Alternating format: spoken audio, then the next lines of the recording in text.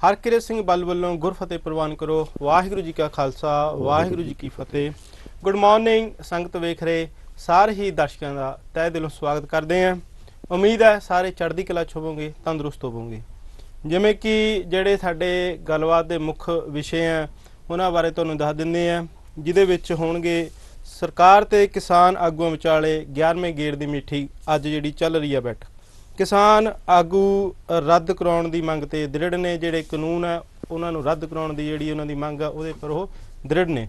जिहड़ा tractor march है उहदे विच दिल्ली पुलिस वालों ट्रैक्टर मार्च नूं हरी झंडी देण तो ना कर दित्ती गई है ते अज फिर दोबारा दिल्ली पुलिस प्रशासन की मीटिंग किसान आगूआं नाल होवेगी। पंजाब देहाती विकास फंड दे विच केंद्र वालों कटौती की गई। कल नूं 23 जनवरी है, कल नूं जिहड़ा नेता सुभाष चंद्र बोस जी का जन्म दिहाड़ा है जिहड़ा ओह मनाया जाएगा किस आज़ाद हिंद किसान दिवस के वजों। राजपालां जिहड़े राजधानियां दे उन्हां दा घिराव किया जाएगा। अद जिहड़े विषय ने किसानी विषय ने पंजाब की राजनीति नूं लेके राष्ट्रीय अंतरराष्ट्रीय जिहड़ा वरतारा चल रहा है उहदे विच गलबात करन लई अज साडे नाल जिहड़े विशेष तौर ते मौजूद ने स्टूडियो दे विच राष्ट्रीय ते अंतरराष्ट्रीय पद्धर ते राजनीतिक तौर ते काफ़ी सरगर्म रहे ने ते इस वेले भी वो राजनीतिक तौर ते सरगर्म ने। मैं तुहाडे नाल रूबरू कराना जा रहे हैं सरदार मनिंदरपाल सिंह जी बराड़, जिहड़े कि डेमोक्रेटिक अकाली दल दे बुलारे ने ते हैड ऑफिस दे इंचार्ज ने। बराड़ साहब सत श्री अकाल जी, बहुत बहुत स्वागत है जी तुहाडा। वाहिगुरू जी का खालसा वाहिगुरू जी की फतेह जी। बराड़ साहब जिवें कि अज डेमोक्रेटिक श्रोमणी अकाली दल डेमोक्रेटिक पार्टी के जिहड़े प्रधान ने सरदार सुखदेव सिंह ढींडसा जी, उन्हां वल्लों भावें कि बयान आ चुके अखबारां दे विच इहदी पुष्टि होगी।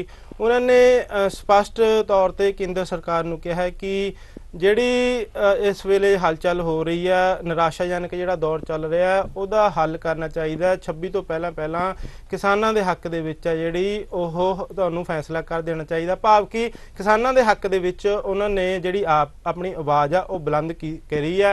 उन्हां दा कहना है कि जिहड़े झूठे राजनीतिक लोग हैं, लोग उन्हां नूं पनाह नहीं देणगे, उन्हां नूं मूँह नहीं लाउणगे भविख विच।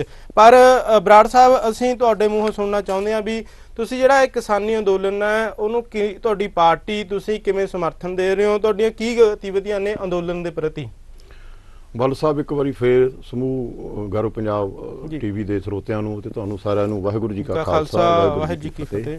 ਬਹੁਤ ਸੋਹਣੀ ਸ਼ੁਰੂਆਤ ਕੀਤੀ ਹੈ ਤੁਸੀਂ। ਜਿਹੜਾ ਅੱਜ ਦਾ ਇੱਕ ਭਗਦਾ ਵਿਸ਼ਾ ਹੈ ਉਹ ਕਿਸਾਨੀ ਅੰਦੋਲਨ ਭਗਦਾ ਵਿਸ਼ਾ ਹੈ ਜੀ। ਉਹਦੇ ਵਿੱਚ ਜਿਹੜੀ ਸਾਡੀ ਸਥਿਤੀ ਹੈ ਬੜੀ ਸਪਸ਼ਟ ਹੈ, ਅੱਜ ਦੀ ਨਹੀਂ ਪਹਿਲੇ ਦਿਨ ਤੋਂ।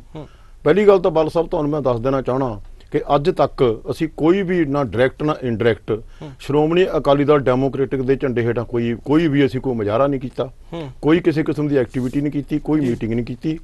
पहले दिनों ही साडे प्रधान जी सरदार सुखदेव सिंह जी ढींडसा की हदायत सी मीटिंग करके सानू कि तुसी किसानी झंडियां दे हेठां किसानी जिहड़े BKU दे जां जिहड़े भी उन्हां दे जिहड़े किसानी झंडे ने उन्हां दे बैनर हेठां तुसीं जिहड़ा इस एजुटेशन शामिल होना है और बड़े पद्धर ते शामिल होना, किसान बन के शामिल होना, ना कि तुसीं डेमोक्रेटिक अकाली दल दे वर्कर बन के शामिल होना। जिहदी मिसाल है कि सरदार परमिंदर सिंह ढींडसा जंतर मंतर ते गिरफ्तारी देने वास्ते गए सी, तुसीं देखिया होना उदों काफ़ी टीवी की कवरेज आई है और उन्होंने गिरफ्तार किया गया सी, उत्थे जंतर मंतर ते जाण नहीं दिता। और उदों भी सरदार परमिंदर सिंह ढींडसा दे हत्थ जिहड़े झंडे सी वो किसान यूनियन दे झंडे सी और किसान यूनियन नूं समर्पित असीं इस एजुटेशन की जिहड़ी है वो समर्थन कर रहे हैं। समर्थन नहीं कर रहे, वध चढ़ के साडे जिहड़े वर्कर ने ਉਹਦੇ टिकरी बॉर्डर होवे चाहे सिंधु बॉर्डर होवे, साडे वर्कर उत्थे बैठे ने। भावें असीं उत्थे कि बिल्कुल किसी नूं इह नहीं कहंदे कि असीं श्रोमणी अकाली दल डेमोक्रेटिक दे वर्कर हां, क्योंकि पहलां असीं किसान हां जी, पहलां रोजी रोटी है फिर कुछ होर है। इस करके साडा 100% हर तरीके का समर्थन है जिहड़ा ਉਹ इस किसान एजुटेशन नूं इन्हां दीआं किसान यूनियनां राहीं लीडरां राहीं हो रहा है। ढींडसा साहब इन्हां लीडरां दे नाल रोज़ डेली बेसिस ते इन टच ने और उन्होंने पुछदे ने भी दसो साडी तुहानूं जिस तरीके नाल मदद चाहिदी है, बतौर जे पोलिटिकल पार्टी भी तुहानूं मदद चाहिदी वो भी असीं हाज़र हां, जे एज वर्कर एज किसान मदद चाहिदी वो भी हाज़र हां। सो असीं समर्पित होकर इस एजुटेशन का जिहड़ा दी पूरी सपोर्ट कर रहे हैं। ਇਹ ਇੱਕ ਕਿਹਾ ਜਾ ਸਕਦਾ ਹੈ ਕਿ ਸਰਦਾਰ ਸੁਖਦੇਵ ਸਿੰਘ ਢੀਂਡਸਾ ਦਾ ਸ਼ਲਾਘਾਯੋਗ ਕਦਮ ਹੈ ਕਿ ਉਹਨਾਂ ਨੇ ਜਿਹੜਾ ਆਪਣੀ ਰਾਜਨੀਤੀ ਪਾਰਟੀ ਆ ਉਹਦੇ ਝੰਡੇ ਨੂੰ ਛੱਡ ਕੇ ਪਹਿਲਾਂ ਜਿਵੇਂ ਬਰਾੜ ਸਾਹਿਬ ਨੇ ਕਿਹਾ ਅਸੀਂ ਕਿਸਾਨ ਆ, ਜਿਹੜੀ ਮੁੱਖ ਜਿਹੜੀ ਕਿਸਾਨਾਂ ਦੇ ਨਾਲ ਹਮਾਇਤ ਆ ਉਹਨੂੰ ਕਿਸਾਨੀ ਰੂਪ ਦੇ ਵਿੱਚ ਹੀ ਸਮਰਥਨ ਦਿੱਤਾ। ਇੱਕ ਇਹ ਸ਼ਲਾਘਾਯੋਗ ਕਦਮ ਹੈ, ਅਸੀਂ ਇਹਦੇ ਹਮਾਇਤ ਕਰਦੇ ਹਾਂ। ਜਿਹੜਾ ਸਰਦਾਰ ਸੁਖਦੇਵ ਸਿੰਘ ਢੀਂਡਸਾ ਜੀ ਨੇ ਇਹ ਜਿਹੜੀ ਆਪਣੇ ਜਿਹੜੇ ਪਾਰਟੀ ਵਰਕਰ ਉਹਨਾਂ ਨੂੰ ਇਹ ਸੁਨੇਹਾ ਲਾਇਆ। ਤੇ ਬਰਾੜ ਸਾਹਿਬ ਜਿਹੜੀ ਵੱਡੀ ਗੱਲ ਇਹ ਆ ਰਹੀ ਹੈ ਕਿ ਕੌਮੀ ਜਾਂਚ ਏਜੰਸੀ ਦੇ ਜਿਹੜੇ ਨੋਟਿਸ ਕੱਢੇ ਜਾ ਰਹੇ ਨੇ, ਭਾਵੇਂ ਉਹ ਖੁਦ ਇੱਕ ਕਿਸਾਨ ਆਗੂ ਬਲਦੇਵ ਸਿੰਘ ਸਿਰਸਾ ਨੂੰ ਹੋਣ ਜਾਂ ਜਿਹੜੇ ਸ਼ਹੀਦ ਹੋਏ ਆ ਹੁਣ ਤੱਕ ਆਪਣੇ ਕਿਸਾਨ ਭਰਾ, ਉਹਨਾਂ ਦੀ ਜਿਹੜੀ ਆਰਥਿਕ ਤੌਰ ਤੇ ਕੋਈ ਸਹਾਇਤਾ ਕਰ ਰਿਹਾ, ਭਾਵੇਂ ਉਹਨਾਂ ਨੂੰ ਹੋਣ, ਸਿੱਧੇ ਜਾਂ ਸਿੱਧੇ ਰੂਪ ਦੇ ਵਿੱਚ ਜਿਹੜੇ ਸਮਰਥਕ ਨੇ ਅੰਦੋਲਨ ਦੇ ਉਹਨਾਂ ਨੂੰ ਕੌਮੀ ਜਾਂਚ ਏਜੰਸੀ ਵੱਲੋਂ ਜਿਹੜੇ ਆ ਇਹ ਨੋਟਿਸ ਕੱਢੇ ਜਾ ਰਹੇ ਨੇ। ਭਾਵੇਂ ਕਿ ਸਰਦਾਰ ਬਲਵੀਰ ਸਿੰਘ ਰਾਜੇਵਾਲ ਜੀ ਨੇ ਜਿਹੜੀ ਮੀਟਿੰਗਾਂ ਹੁੰਦੀਆਂ ਉਹਨਾਂ ਵਿੱਚ ਇਹ ਮੁੱਦੇ ਚੱਕੇ ਵੀ ਆ ਕਿ ਇਹ ਤੁਸੀਂ ਅਜਿਹਾ ਕਿਉਂ ਕਰ ਰਹੇ ਆ, ਕਿਉਂਕਿ ਜਿਹੜੀ ਕੌਮੀ ਜਾਂਚ ਏਜੰਸੀ ਆ ਉਹਦਾ ਮੁੱਖ ਮੰਤਵ ਆ ਜਿਹੜੀਆਂ ਟੈਰਰਿਸਟ ਆਤੰਕਵਾਦੀ ਗਤੀਵਿਧੀਆਂ ਉਹਨਾਂ ਨੂੰ ਕੰਟਰੋਲ ਕਰਨਾ। ਕਿਵੇਂ ਵੇਖਦੇ ਹੋ ਵਰਤਾਰੇ ਨੂੰ? ਦੇਖੋ ਜੀ, ਇਹ ਮੈਂ ਸਮਝਦਾ ਸਰਕਾਰ ਦੇ ਦੋ ਚਿਹਰੇ ਨੇ ਜੀ। ਇੱਕ ਚਿਹਰਾ ਸਰਕਾਰ ਦਾ ਜਦੋਂ ਵੀ ਟੀਵੀ ਤੇ ਉਹਨਾਂ ਦੇ ਚਾਹੇ ਤੋਮਰ ਜੀ ਆਉਂਦੇ ਨੇ, ਚਾਹੇ ਕੋਈ ਹੋਰ ਉਹਨਾਂ ਦੇ ਲੀਡਰ ਆਉਂਦੇ ਨੇ, ਉਹ ਗੱਲਾਂ ਕਰਦੇ ਨੇ ਅਸੀਂ ਕਿਸਾਨ ਹਤੈਸ਼ੀਆਂ, ਸਾਨੂੰ ਕਿਸਾਨਾਂ ਦਾ ਦਰਦ ਹੈ, ਅਸੀਂ ਕਿਸਾਨਾਂ ਦੀ ਹਾਲਤ ਸੁਧਾਰਨੀ ਚਾਹੁੰਦੇ ਆ, ਉਹਨਾਂ ਦੀ ਆਮਦਨ ਦੁੱਗਣੀ ਕਰਨੀ ਚਾਹੁੰਦੇ ਆ। ਔਰ ਦੂਜੇ ਪਾਸੇ ਉਹ ਇਹੋ ਜਿਹੀਆਂ ਕੁਝੀਆਂ ਹਰਕਤਾਂ ਕਰਦੇ ਨੇ, ਭਾਵੇਂ ਉਹ NIA ਦੇ ਨੋਟਿਸ ਨੇ। ਹੁਣ ਦੇਖੋ NIA ਦੇ ਨੋਟਿਸ ਉਹ ਕਿਹਨੂੰ ਭੇਜ ਰਹੇ ਨੇ ਜੀ? ਇੱਕ SJF ਇੱਕ ਸੰਸਥਾ ਹੈ ਜਿਹੜੀ ਇਹਨਾਂ ਨੇ ਅਮਰੀਕਾ ਕੈਨੇਡਾ 'ਚ ਬਣੀ ਹੋਈ ਹੈ, ਉਹਦਾ ਸਹਾਰਾ ਲੈ ਕੇ ਕਿ ਜੀ ਉਹ SJF ਦੇ ਇਹ ਬੰਦੇ ਜਿਹੜੇ ਹੈਗੇ ਉਹਦੀ ਗੱਲ ਕਰਦੇ ਨੇ। ਜਦੋਂ ਕਿ ਰਾਜੇਵਾਲ ਸਾਹਿਬ ਨੇ ਬੜਾ ਕਲੀਅਰ ਹਰ ਵਾਰੀ ਕਰਦੇ ਨੇ ਆਪਦੇ, ਜਦੋਂ ਵੀ ਉਹ ਕੋਈ YouTube ਤੇ ਜਾਂ ਕੋਈ ਵੀ ਆਪਦਾ ਕੋਈ ਬਾਈਟ ਦਿੰਦੇ ਨੇ ਜਾਂ ਕੋਈ ਵੀ ਉਹ ਗੱਲ ਕਰਦੇ ਨੇ ਕਿ ਜੀ ਇੱਥੇ ਖਾਲਿਸਤਾਨ ਦਾ, ਸਾਡਾ ਖਾਲਿਸਤਾਨ ਨਾਲ ਕੋਈ ਲਿੰਕ ਨਹੀਂ, ਜਿਹਨੇ ਬਣਾਉਣਾ ਅਮਰੀਕਾ ਕੈਨੇਡਾ 'ਚ ਬਣਾ ਲਵੇ, ਹਿੰਦੁਸਤਾਨ ਦਾ ਖਾਲਿਸਤਾਨ ਨਾਲ ਕੋਈ ਲਿੰਕ ਨਹੀਂ ਹੈ ਜੀ। ਜਿਹੜੇ ਇਹ ਬੈਠੇ ਨੇ ਸਾਰੇ ਦੇਸ਼ ਭਗਤ ਕਿਸਾਨ ਨੇ, ਜਿਹੜੇ ਹਿੰਦੁਸਤਾਨ ਦੇ ਸੰਵਿਧਾਨ ਨੂੰ ਮੰਨਦੇ ਨੇ, ਹਿੰਦੁਸਤਾਨ ਦੇ ਝੰਡੇ ਨੂੰ ਸਲਾਮ ਕਰਦੇ ਨੇ, ਜਿਹਦੀ ਮਿਸਾਲ ਦੇਖੋ 26 ਜਨਵਰੀ ਨੂੰ ਜਿਹੜੀ ਟਰੈਕਟਰ ਮਾਰਚ ਹੋਣਾ ਹੈ ਕਿਸਾਨਾਂ ਵੱਲੋਂ ਬੜੇ ਵੱਡੇ ਪੱਧਰ ਤੇ ਹੋ ਰਿਹਾ ਹੈ। ਲੱਖਾਂ ਦੀ ਗਿਣਤੀ ਟਰੈਕਟਰ ਪਹੁੰਚਣੇ ਨੇ, ਲੋਕ ਨਹੀਂ, ਲੋਕ ਤਾਂ ਪਹੁੰਚਣੇ ਨੇ, ਲੱਖਾਂ ਦੀ ਗਿਣਤੀ 'ਚ। ਮੈਂ ਸਮਝਦਾ ਕੱਲ ਪਰਸੋਂ ਦਾ ਹੜ੍ਹ ਆਇਆ ਪਿਆ, ਜਿਹੜੇ ਟਰੈਕਟਰ ਉੱਥੇ ਲੋਕ ਜਾ ਰਹੇ ਨੇ, ਚੱਲ ਰਹੀਆਂ ਹੁਣ ਤੋਂ ਮਾਰਚ 'ਚ ਲੋਕ ਸ਼ਾਮਲ ਹੋਣ ਵਾਸਤੇ ਜਾ ਰਹੇ ਨੇ। ਔਰ ਉਹਦੇ 'ਚ ਦੇਖੋ ਜਿੱਥੇ ਉਹਨਾਂ ਨੇ ਕਿਸਾਨ ਯੂਨੀਅਨ ਦੇ ਝੰਡੇ ਨਾਲ ਰੱਖੇ ਨੇ, ਨਾਲ ਹਿੰਦੁਸਤਾਨ ਦਾ ਝੰਡਾ ਰੱਖਿਆ। ਮੈਂ ਸਮਝਦਾ ਇਦੋਂ ਵੱਡੀ ਕੋਈ ਮਿਸਾਲ ਨਹੀਂ ਹੋ ਸਕਦੀ ਦੇਸ਼ ਭਗਤੀ ਦੀ, ਦੇਸ਼ ਪ੍ਰਸਤੀ ਦੀ। ਜੇ ਆਪਾਂ ਹਿਸਟਰੀ ਵੀ ਚੱਕੀਏ ਸਿੱਖ ਕੌਮ ਦੀ, ਤਾਂ ਸਿੱਖ ਕੌਮ ਦੀਆਂ ਜਿੰਨੀਆਂ ਕੁਰਬਾਨੀਆਂ ਨੇ ਉਨੀਆਂ ਸ਼ਾਇਦ ਹੋਰ ਕਿਸੇ ਵੀ ਕੌਮ ਦੀਆਂ ਕੁਰਬਾਨੀਆਂ ਨਾ ਹੋਣ। ਪਰ ਫਿਰ ਵੀ ਇਹ ਆਪਦੀਆਂ ਕੁਝੀਆਂ ਹਰਕਤਾਂ ਕਰਕੇ ਇਹਨਾਂ ਦਾ ਇੱਕੋ ਮਕਸਦ ਹੈ ਵੀ ਕਿਸੇ ਵੀ ਤਰੀਕੇ ਨਾਲ ਅਸੀਂ ਇਸ ਐਜੀਟੇਸ਼ਨ ਨੂੰ ਫੇਲ ਕਰ ਦਈਏ। ਫੇਲ ਕਰਕੇ ਜਿਹੜੇ ਵੀ ਇਹਨਾਂ ਦੇ ਮੁੱਖ ਸਪੋਰਟਰ ਨੇ, ਭਾਵੇਂ ਉਹ ਕੋਈ ਫਾਈਨਾਂਸ ਤੌਰ ਤੇ ਸਪੋਰਟ ਕਰਦੇ ਨੇ, ਭਾਵੇਂ ਕੋਈ ਉਹ ਤੁਹਾਡਾ ਜਿਹੜਾ ਮੋਰਲ ਤੌਰ ਤੇ ਸਪੋਰਟ ਕਰਦੇ ਨੇ, ਭਾਵੇਂ ਵਿਅਕਤੀਗਤ ਤੌਰ ਤੇ ਇਕੱਠ ਕਰਕੇ ਸਪੋਰਟ ਕਰਦੇ ਨੇ, ਉਹਨਾਂ ਨੂੰ ਡਿਮੋਰਲਾਈਜ਼ ਕਰੀਏ। ਭਾਵੇਂ ਉਹ ਵਪਾਰੀ ਨੇ, ਟਰਾਂਸਪੋਰਟਰ, ਕਈਆਂ ਨੂੰ ਇਹਨਾਂ ਨੇ ਨੋਟਿਸ ਭੇਜੇ ਨੇ, ਕਈ ਜਰਨਲਿਸਟਾਂ ਨੂੰ ਨੋਟਿਸ ਭੇਜੇ ਨੇ, ਕਿਸਾਨਾਂ ਨੂੰ ਭੇਜੇ ਨੇ। ਇੱਕੋ ਹੀ ਮਕਸਦ ਹੈ ਕਿ ਅਸੀਂ ਇਹਨਾਂ ਨੂੰ ਡਿਮੋਰਲਾਈਜ਼ ਕਰੀਏ ਔਰ ਐਜੀਟੇਸ਼ਨ ਫੇਲ ਹੋ ਜੇ। ਮੈਂ ਤੁਹਾਡੇ ਚੈਨਲ ਰਾਹੀਂ ਇਹ ਬੇਨਤੀ ਕਰਦਾ ਭਾਰਤ ਸਰਕਾਰ ਨੂੰ ਕਿ ਇਹ ਕੁਝੀਆਂ ਹਰਕਤਾਂ ਬੰਦ ਕਰੋ। ਇਹ ਤੁਹਾਡੀ ਨੀਤ ਹੈ ਜਿਹੜੀ ਤੁਹਾਡੀ ਬਦਨੀਤੀ ਦਿਖਾਉਂਦੀਆਂ ਨੇ। ਤੁਸੀਂ ਇਮਾਨਦਾਰੀ ਨਾਲ ਕਿਸਾਨਾਂ ਦੇ ਹਿਤੈਸ਼ੀ ਹੋ ਕੇ ਇਸ ਮਸਲੇ ਨੂੰ, ਤਿੰਨੇ ਕਾਨੂੰਨ ਵਾਪਸ ਲੈ ਕੇ ਇਸ ਮਸਲੇ ਨੂੰ ਹੱਲ ਕਰੋ ਔਰ ਕਿਸਾਨ ਤਾਂ ਕਿ ਖੁਸ਼ੀ-ਖੁਸ਼ੀ ਆਪਦੇ ਘਰੇ ਆਉਣ। ਜੀ, ਅਸੀਂ ਆਪਣੇ ਦਰਸ਼ਕਾਂ ਨੂੰ ਦੱਸ ਦੇਣਾ ਚਾਹੁੰਦੇ ਹਾਂ, ਜੇਕਰ ਤੁਸੀਂ ਬਰਾੜ ਸਾਹਿਬ ਤੋਂ ਕੋਈ ਸਵਾਲ ਪੁੱਛਣਾ ਚਾਹੁੰਦੇ ਹੋ ਜਾਂ ਬਰਾੜ ਸਾਹਿਬ ਨੂੰ ਉਹਨਾਂ ਦੀ ਪਾਰਟੀ ਦੇ ਸੰਬੰਧੀ ਕੋਈ ਸੁਝਾਅ ਦੇਣਾ ਚਾਹੁੰਦੇ ਹਾਂ, ਅਸੀਂ ਤੁਹਾਡਾ ਸਵਾਗਤ ਕਰਦੇ ਹਾਂ, ਤੁਸੀਂ ਕਾਲ ਕਰ ਸਕਦੇ ਹੋ। ਬਰਾੜ ਸਾਹਿਬ, ਜਿਵੇਂ ਕਿ ਪੁਰਾਣੇ ਜਿਹੜਾ ਪਿਛਲਾ ਕੁਝ ਸਮਾਂ ਜਦੋਂ ਭਾਰਤ ਆਜ਼ਾਦ ਹੋਇਆ ਉਸ ਵੇਲੇ ਤੋਂ ਹੀ ਇੱਕ ਵੱਡੀ ਜਿਹੜੀ ਆ ਆਵਾਜ਼ ਉੱਠ ਰਹੀ ਹੈ ਕਿ ਜਿਹੜੇ ਰਾਜ ਦੇ ਅਧਿਕਾਰ ਨੇ, ਸਟੇਟ ਦੇ ਅਧਿਕਾਰ ਨੇ, ਉਹਨਾਂ ਨੂੰ ਉਹਨਾਂ ਅਧਿਕਾਰ ਨਹੀਂ ਦਿੱਤਾ ਜਾ ਰਿਹਾ। ਬਰਾੜ ਸਾਹਿਬ, ਆਪਾਂ ਕਾਲ ਲੈ ਲੈਂਦੇ। ਸਤਿ ਸ਼੍ਰੀ ਅਕਾਲ ਜੀ, ਤੁਹਾਡਾ ਸਵਾਗਤ ਤੇ ਤੁਹਾਡਾ ਨਾਮ? ਸਤਿ ਸ਼੍ਰੀ ਅਕਾਲ ਜੀ, ਮੇਰਾ ਨਾਮ ਪਾਲ ਸਿੰਘ ਹੈ ਜੀ। ਜੀ ਜੀ ਹਾਂਜੀ, ਬਹੁਤ ਵਧੀਆ ਗੱਲ ਆ ਵੀ ਜਿਹੜਾ ਮਾਰਚ ਉਹਨਾਂ ਨੇ ਦੱਸਿਆ ਵੀ ਬਹੁਤ ਵਧੀਆ ਬਣਾਇਆ ਵੀ ਸਾਡਾ ਜਿਹੜਾ ਭਾਰਤੀ ਆ ਜਿਹੜਾ ਝੰਡਾ ਆ ਉਹ ਉੱਪਰ ਰਹੂਗਾ। ਹਾਂਜੀ ਜੀ, ਬਹੁਤ ਖੁਸ਼ੀ ਦੀ ਗੱਲ ਆ ਸਾਨੂੰ। ਲੇਕਿਨ ਪਹਿਲੀ ਗੱਲ ਤਾਂ ਅੱਜ ਦੀ ਮੀਟਿੰਗ ਤੋਂ ਬਾਅਦ ਸਾਨੂੰ ਸਾਰੇ ਰੂਪਰੇਖਾ ਪਤਾ ਲੱਗ ਜੂਗੀ ਵੀ ਸਾਡੀ ਪਰੇਡ ਦੇ ਵਿੱਚ ਮੋਹਰੇ ਕੌਣ ਆ, ਨਿਹੰਗ ਜਥੇਬੰਦੀਆਂ ਕਿੱਥੇ ਆ। ਹਾਂਜੀ ਜੀ, ਤੇ ਦੂਸਰੀ ਗੱਲ ਇਹ ਹੈ, ਚਲੋ ਕਿਤੇ ਭਲਕੇ ਸਾਨੂੰ ਇੰਨਾ ਤਾਂ ਸਾਨੂੰ ਪਤਾ ਹੈਗਾ, ਕੋਈ ਸ਼ੱਕ ਨਹੀਂ, ਇਹਨਾਂ ਨੂੰ ਕੇਸਰੀ ਰੰਗ ਦੇ ਨਾਲ ਨਫ਼ਰਤ ਆ ਜੀ। ਇਹ ਸਾਨੂੰ ਕਹਿਣ ਦੀ ਲੋੜ ਨਹੀਂ, ਕਿਉਂਕਿ ਨੈਚੁਰਲੀ ਨਜ਼ਰ ਆ ਰਿਹਾ ਹੈ ਜਿਹੜਾ ਜੋ ਸਿਸਟਮ ਆ, ਇਹਨਾਂ ਨੂੰ ਕੇਸਰੀ ਰੰਗ ਨਹੀਂ ਉੱਤੇ ਚਾਹੀਦਾ। ਉਹ ਵੱਖਰੀ ਗੱਲ, ਇੰਨਾ ਮੇਕ ਸ਼ੋਰ ਕਰ ਲਓ ਕਿਤੇ ਭਲਕੇ ਇਹ ਨਾ ਕਹਿਣ ਕਿ ਤੁਸੀਂ ਸਾਰੇ ਕੇਸਰੀ ਪੱਗਾਂ ਬੰਨ ਕੇ ਆ ਗਏ ਆ। ਨਹੀਂ ਨਹੀਂ, ਅਜਿਹਾ ਤਾਂ ਕੁਝ ਨਹੀਂ ਲੱਗ ਰਿਹਾ ਜੀ। ਨਹੀਂ, ਦੇਖੋ ਜੀ, ਗੱਲ ਪਤਾ ਕੀ ਹੁੰਦੀ ਆ, ਜੇ ਅਸੀਂ ਤਿਰੰਗਾ ਫੜ ਲਿਆ, ਹੁਣ ਅਸੀਂ ਆਰਮੀ ਦੀ ਪਰੇਡ ਦੇਖਦੇ ਰਹੇ ਹਾਂ ਸ਼ੁਰੂ ਤੋਂ ਲੈ ਕੇ 26 ਜਨਵਰੀ ਦੇਖਦੇ ਆਏ ਆ ਜੀ। ਜਦੋਂ ਸਾਡੀ ਮਿਲਟਰੀ ਦੀ ਪਰੇਡ ਹੁੰਦੀ ਨਜ਼ਰ ਆਉਂਦੀ ਹੁੰਦੀ ਸੀ, ਸਾਰੇ ਮਿਲਟਰੀ ਵਾਲੇ ਵੀਰਾਂ ਦੇ ਕੇਸਰੀ ਪੱਗਾਂ ਬੰਨੀਆਂ ਹੁੰਦੀਆਂ ਸੀ। ਹਾਂਜੀ ਤੇ ਮੋਰੇ ਜਿਹੜਾ ਇੱਕ ਸਾਡਾ ਨਿਸ਼ਾਨ ਜੀ ਹੁੰਦਾ ਸੀ ਫਲੈਗ, ਉਹਦਾ ਹੱਕ ਵੀ ਠੀਕ ਹੈ, ਇਹਨਾਂ ਨੂੰ ਕੇਸਰੀ ਝੰਡੇ ਤੋਂ ਨਫ਼ਰਤ ਆ, ਪਰ ਲੇਕਿਨ ਕਿਤੇ ਭਲਕੇ ਇਹ ਨਾ ਕਹਿ ਦੇਣ ਜਦੋਂ ਬੱਚੇ ਦੇ ਉਦਣ ਪਰੇਡ ਵਾਲੇ ਦਿਨ ਕੇਸਰੀ ਪੱਗ ਬੰਨੀ ਹੋ, ਕਿਤੇ ਇਹ ਨਾ ਕਹਿ ਦੇਣ ਇਹ ਤਾਂ ਖਾਲਿਸਤਾਨੀ ਪਰੇਡ ਆ। ਇਹ ਮੇਕ ਸ਼ੋਰ ਕਰ ਲੋ ਪਾਲ ਸਾਹਿਬ, ਪਰ ਇਹ ਤਾਂ ਆਪਣੀ ਆਪਣੀ ਮਾਨਸਿਕਤਾ ਹੈ ਨਾ, ਕਿਉਂਕਿ ਹਰਾ ਰੰਗ ਦੇ ਉੱਪਰ ਵੀ ਸਵਾਲ ਜੇ ਕਿਸੇ ਨੇ ਚੱਕਣੇ ਤਾਂ ਹਰੇ ਰੰਗ ਪਰ ਵੀ ਚੱਕ ਸਕਦਾ ਨਾ। ਨਹੀਂ, ਤੁਹਾਡੀ ਗੱਲ ਠੀਕ ਹੈ, ਹਰੇ ਰੰਗ ਤੋਂ ਵੀ ਚੱਕ ਸਕਦਾ, ਪਰ ਲੇਕਿਨ ਜਿੰਨੀ ਵਾਰੀ ਵੀ ਅੰਦੋਲਨ ਪੰਜਾਬੀ ਭਾਈਚਾਰੇ ਤੋਂ ਸ਼ੁਰੂ ਹੋਇਆ ਹੋਵੇ ਨਾ, ਉਦੋਂ ਇਹ ਆਵਾਜ਼ ਹਮੇਸ਼ਾ, ਤੁਸੀਂ ਇੱਕ ਗੱਲ ਸੁਣੋ, ਕਿਤੇ ਨਗਰ ਕੀਰਤਨਾਂ ਦੇ ਵਿੱਚ ਜਦੋਂ ਕਿਤੇ ਅਸੀਂ 4 ਸੱਜਣ ਮਿੱਤਰ ਕੇਸਰੀ ਪੱਗ ਬੰਨ ਕੇ ਆ ਜਾਈਏ, ਸਾਡੇ ਵਾਲ ਏਦਾਂ ਕੈਮਰੇ ਲੈ ਲਾ ਫਿਰਦੇ, ਪਤਾ ਨਹੀਂ ਅਸੀਂ ਖਾਲਿਸਤਾਨੀ ਆ ਗਏ। ਨਹੀਂ, ਤੁਸੀਂ ਬਰਾੜ ਸਾਹਿਬ ਨੂੰ ਪੁੱਛ ਸਕਦੇ ਹੋ ਜੀ, ਕੀ ਪੁੱਛਣਾ ਚਾਹੁੰਦੇ ਹੋ? ਮੇਰਾ ਕੁਐਸਚਨ ਇਹੀ ਆ ਬਈ ਉਹਨਾਂ ਨੂੰ ਇਹ ਕਹੋ ਵੀ ਸਾਡਾ ਠੀਕ ਹੈ, ਸਾਡੇ 3 ਰੰਗ ਉਹਨਾਂ ਨੇ ਮੂਹਰੇ ਰੱਖ ਦਿੱਤੇ ਆ ਸਾਡੇ ਝੰਡੇ ਦੇ ਵਿੱਚ ਆ, ਅਸੀਂ ਉਹ 3 ਰੰਗਾਂ ਦੀਆਂ ਪੱਗਾਂ ਬੰਨਾਂਗੇ। ਸਭ ਤੋਂ ਜ਼ਿਆਦਾ ਸਾਡਾ ਜਿਹੜਾ ਨੌਜਵਾਨ ਹੈ ਕੇਸਰੀ ਪੱਗ ਉਦਣ ਬੰਨ ਕੇ ਟਰੈਕਟਰਾਂ ਦੇ ਉੱਤੇ ਬੈਠਾ ਹੋਵੇ, ਟਰੈਕਟਰਾਂ ਦੇ ਉੱਤੇ ਜਿਹੜਾ ਟੌਪ ਤੇ ਝੰਡਾ ਤਿਰੰਗਾ ਲੱਗੂਗਾ, ਜਿਹੜਾ ਡਰਾਈਵਰ ਰਹੂਗਾ, ਜਿਹੜੇ ਬੰਦੇ ਬੈਠੇ ਉਹ ਸਾਰੇ ਕੇਸਰੀ ਪੱਗਾਂ ਬੰਨ ਕੇ ਬੈਠੇ ਹੋਣ। ਠੀਕ ਹੈ ਜੀ, ਧੰਨਵਾਦ ਜੀ, ਬਹੁਤ ਬਹੁਤ ਤੁਹਾਡਾ ਧੰਨਵਾਦ ਜੀ। ਬਰਾੜ ਸਾਹਿਬ ਕੀ ਕਹਿਣਾ ਚਾਹੋਗੇ?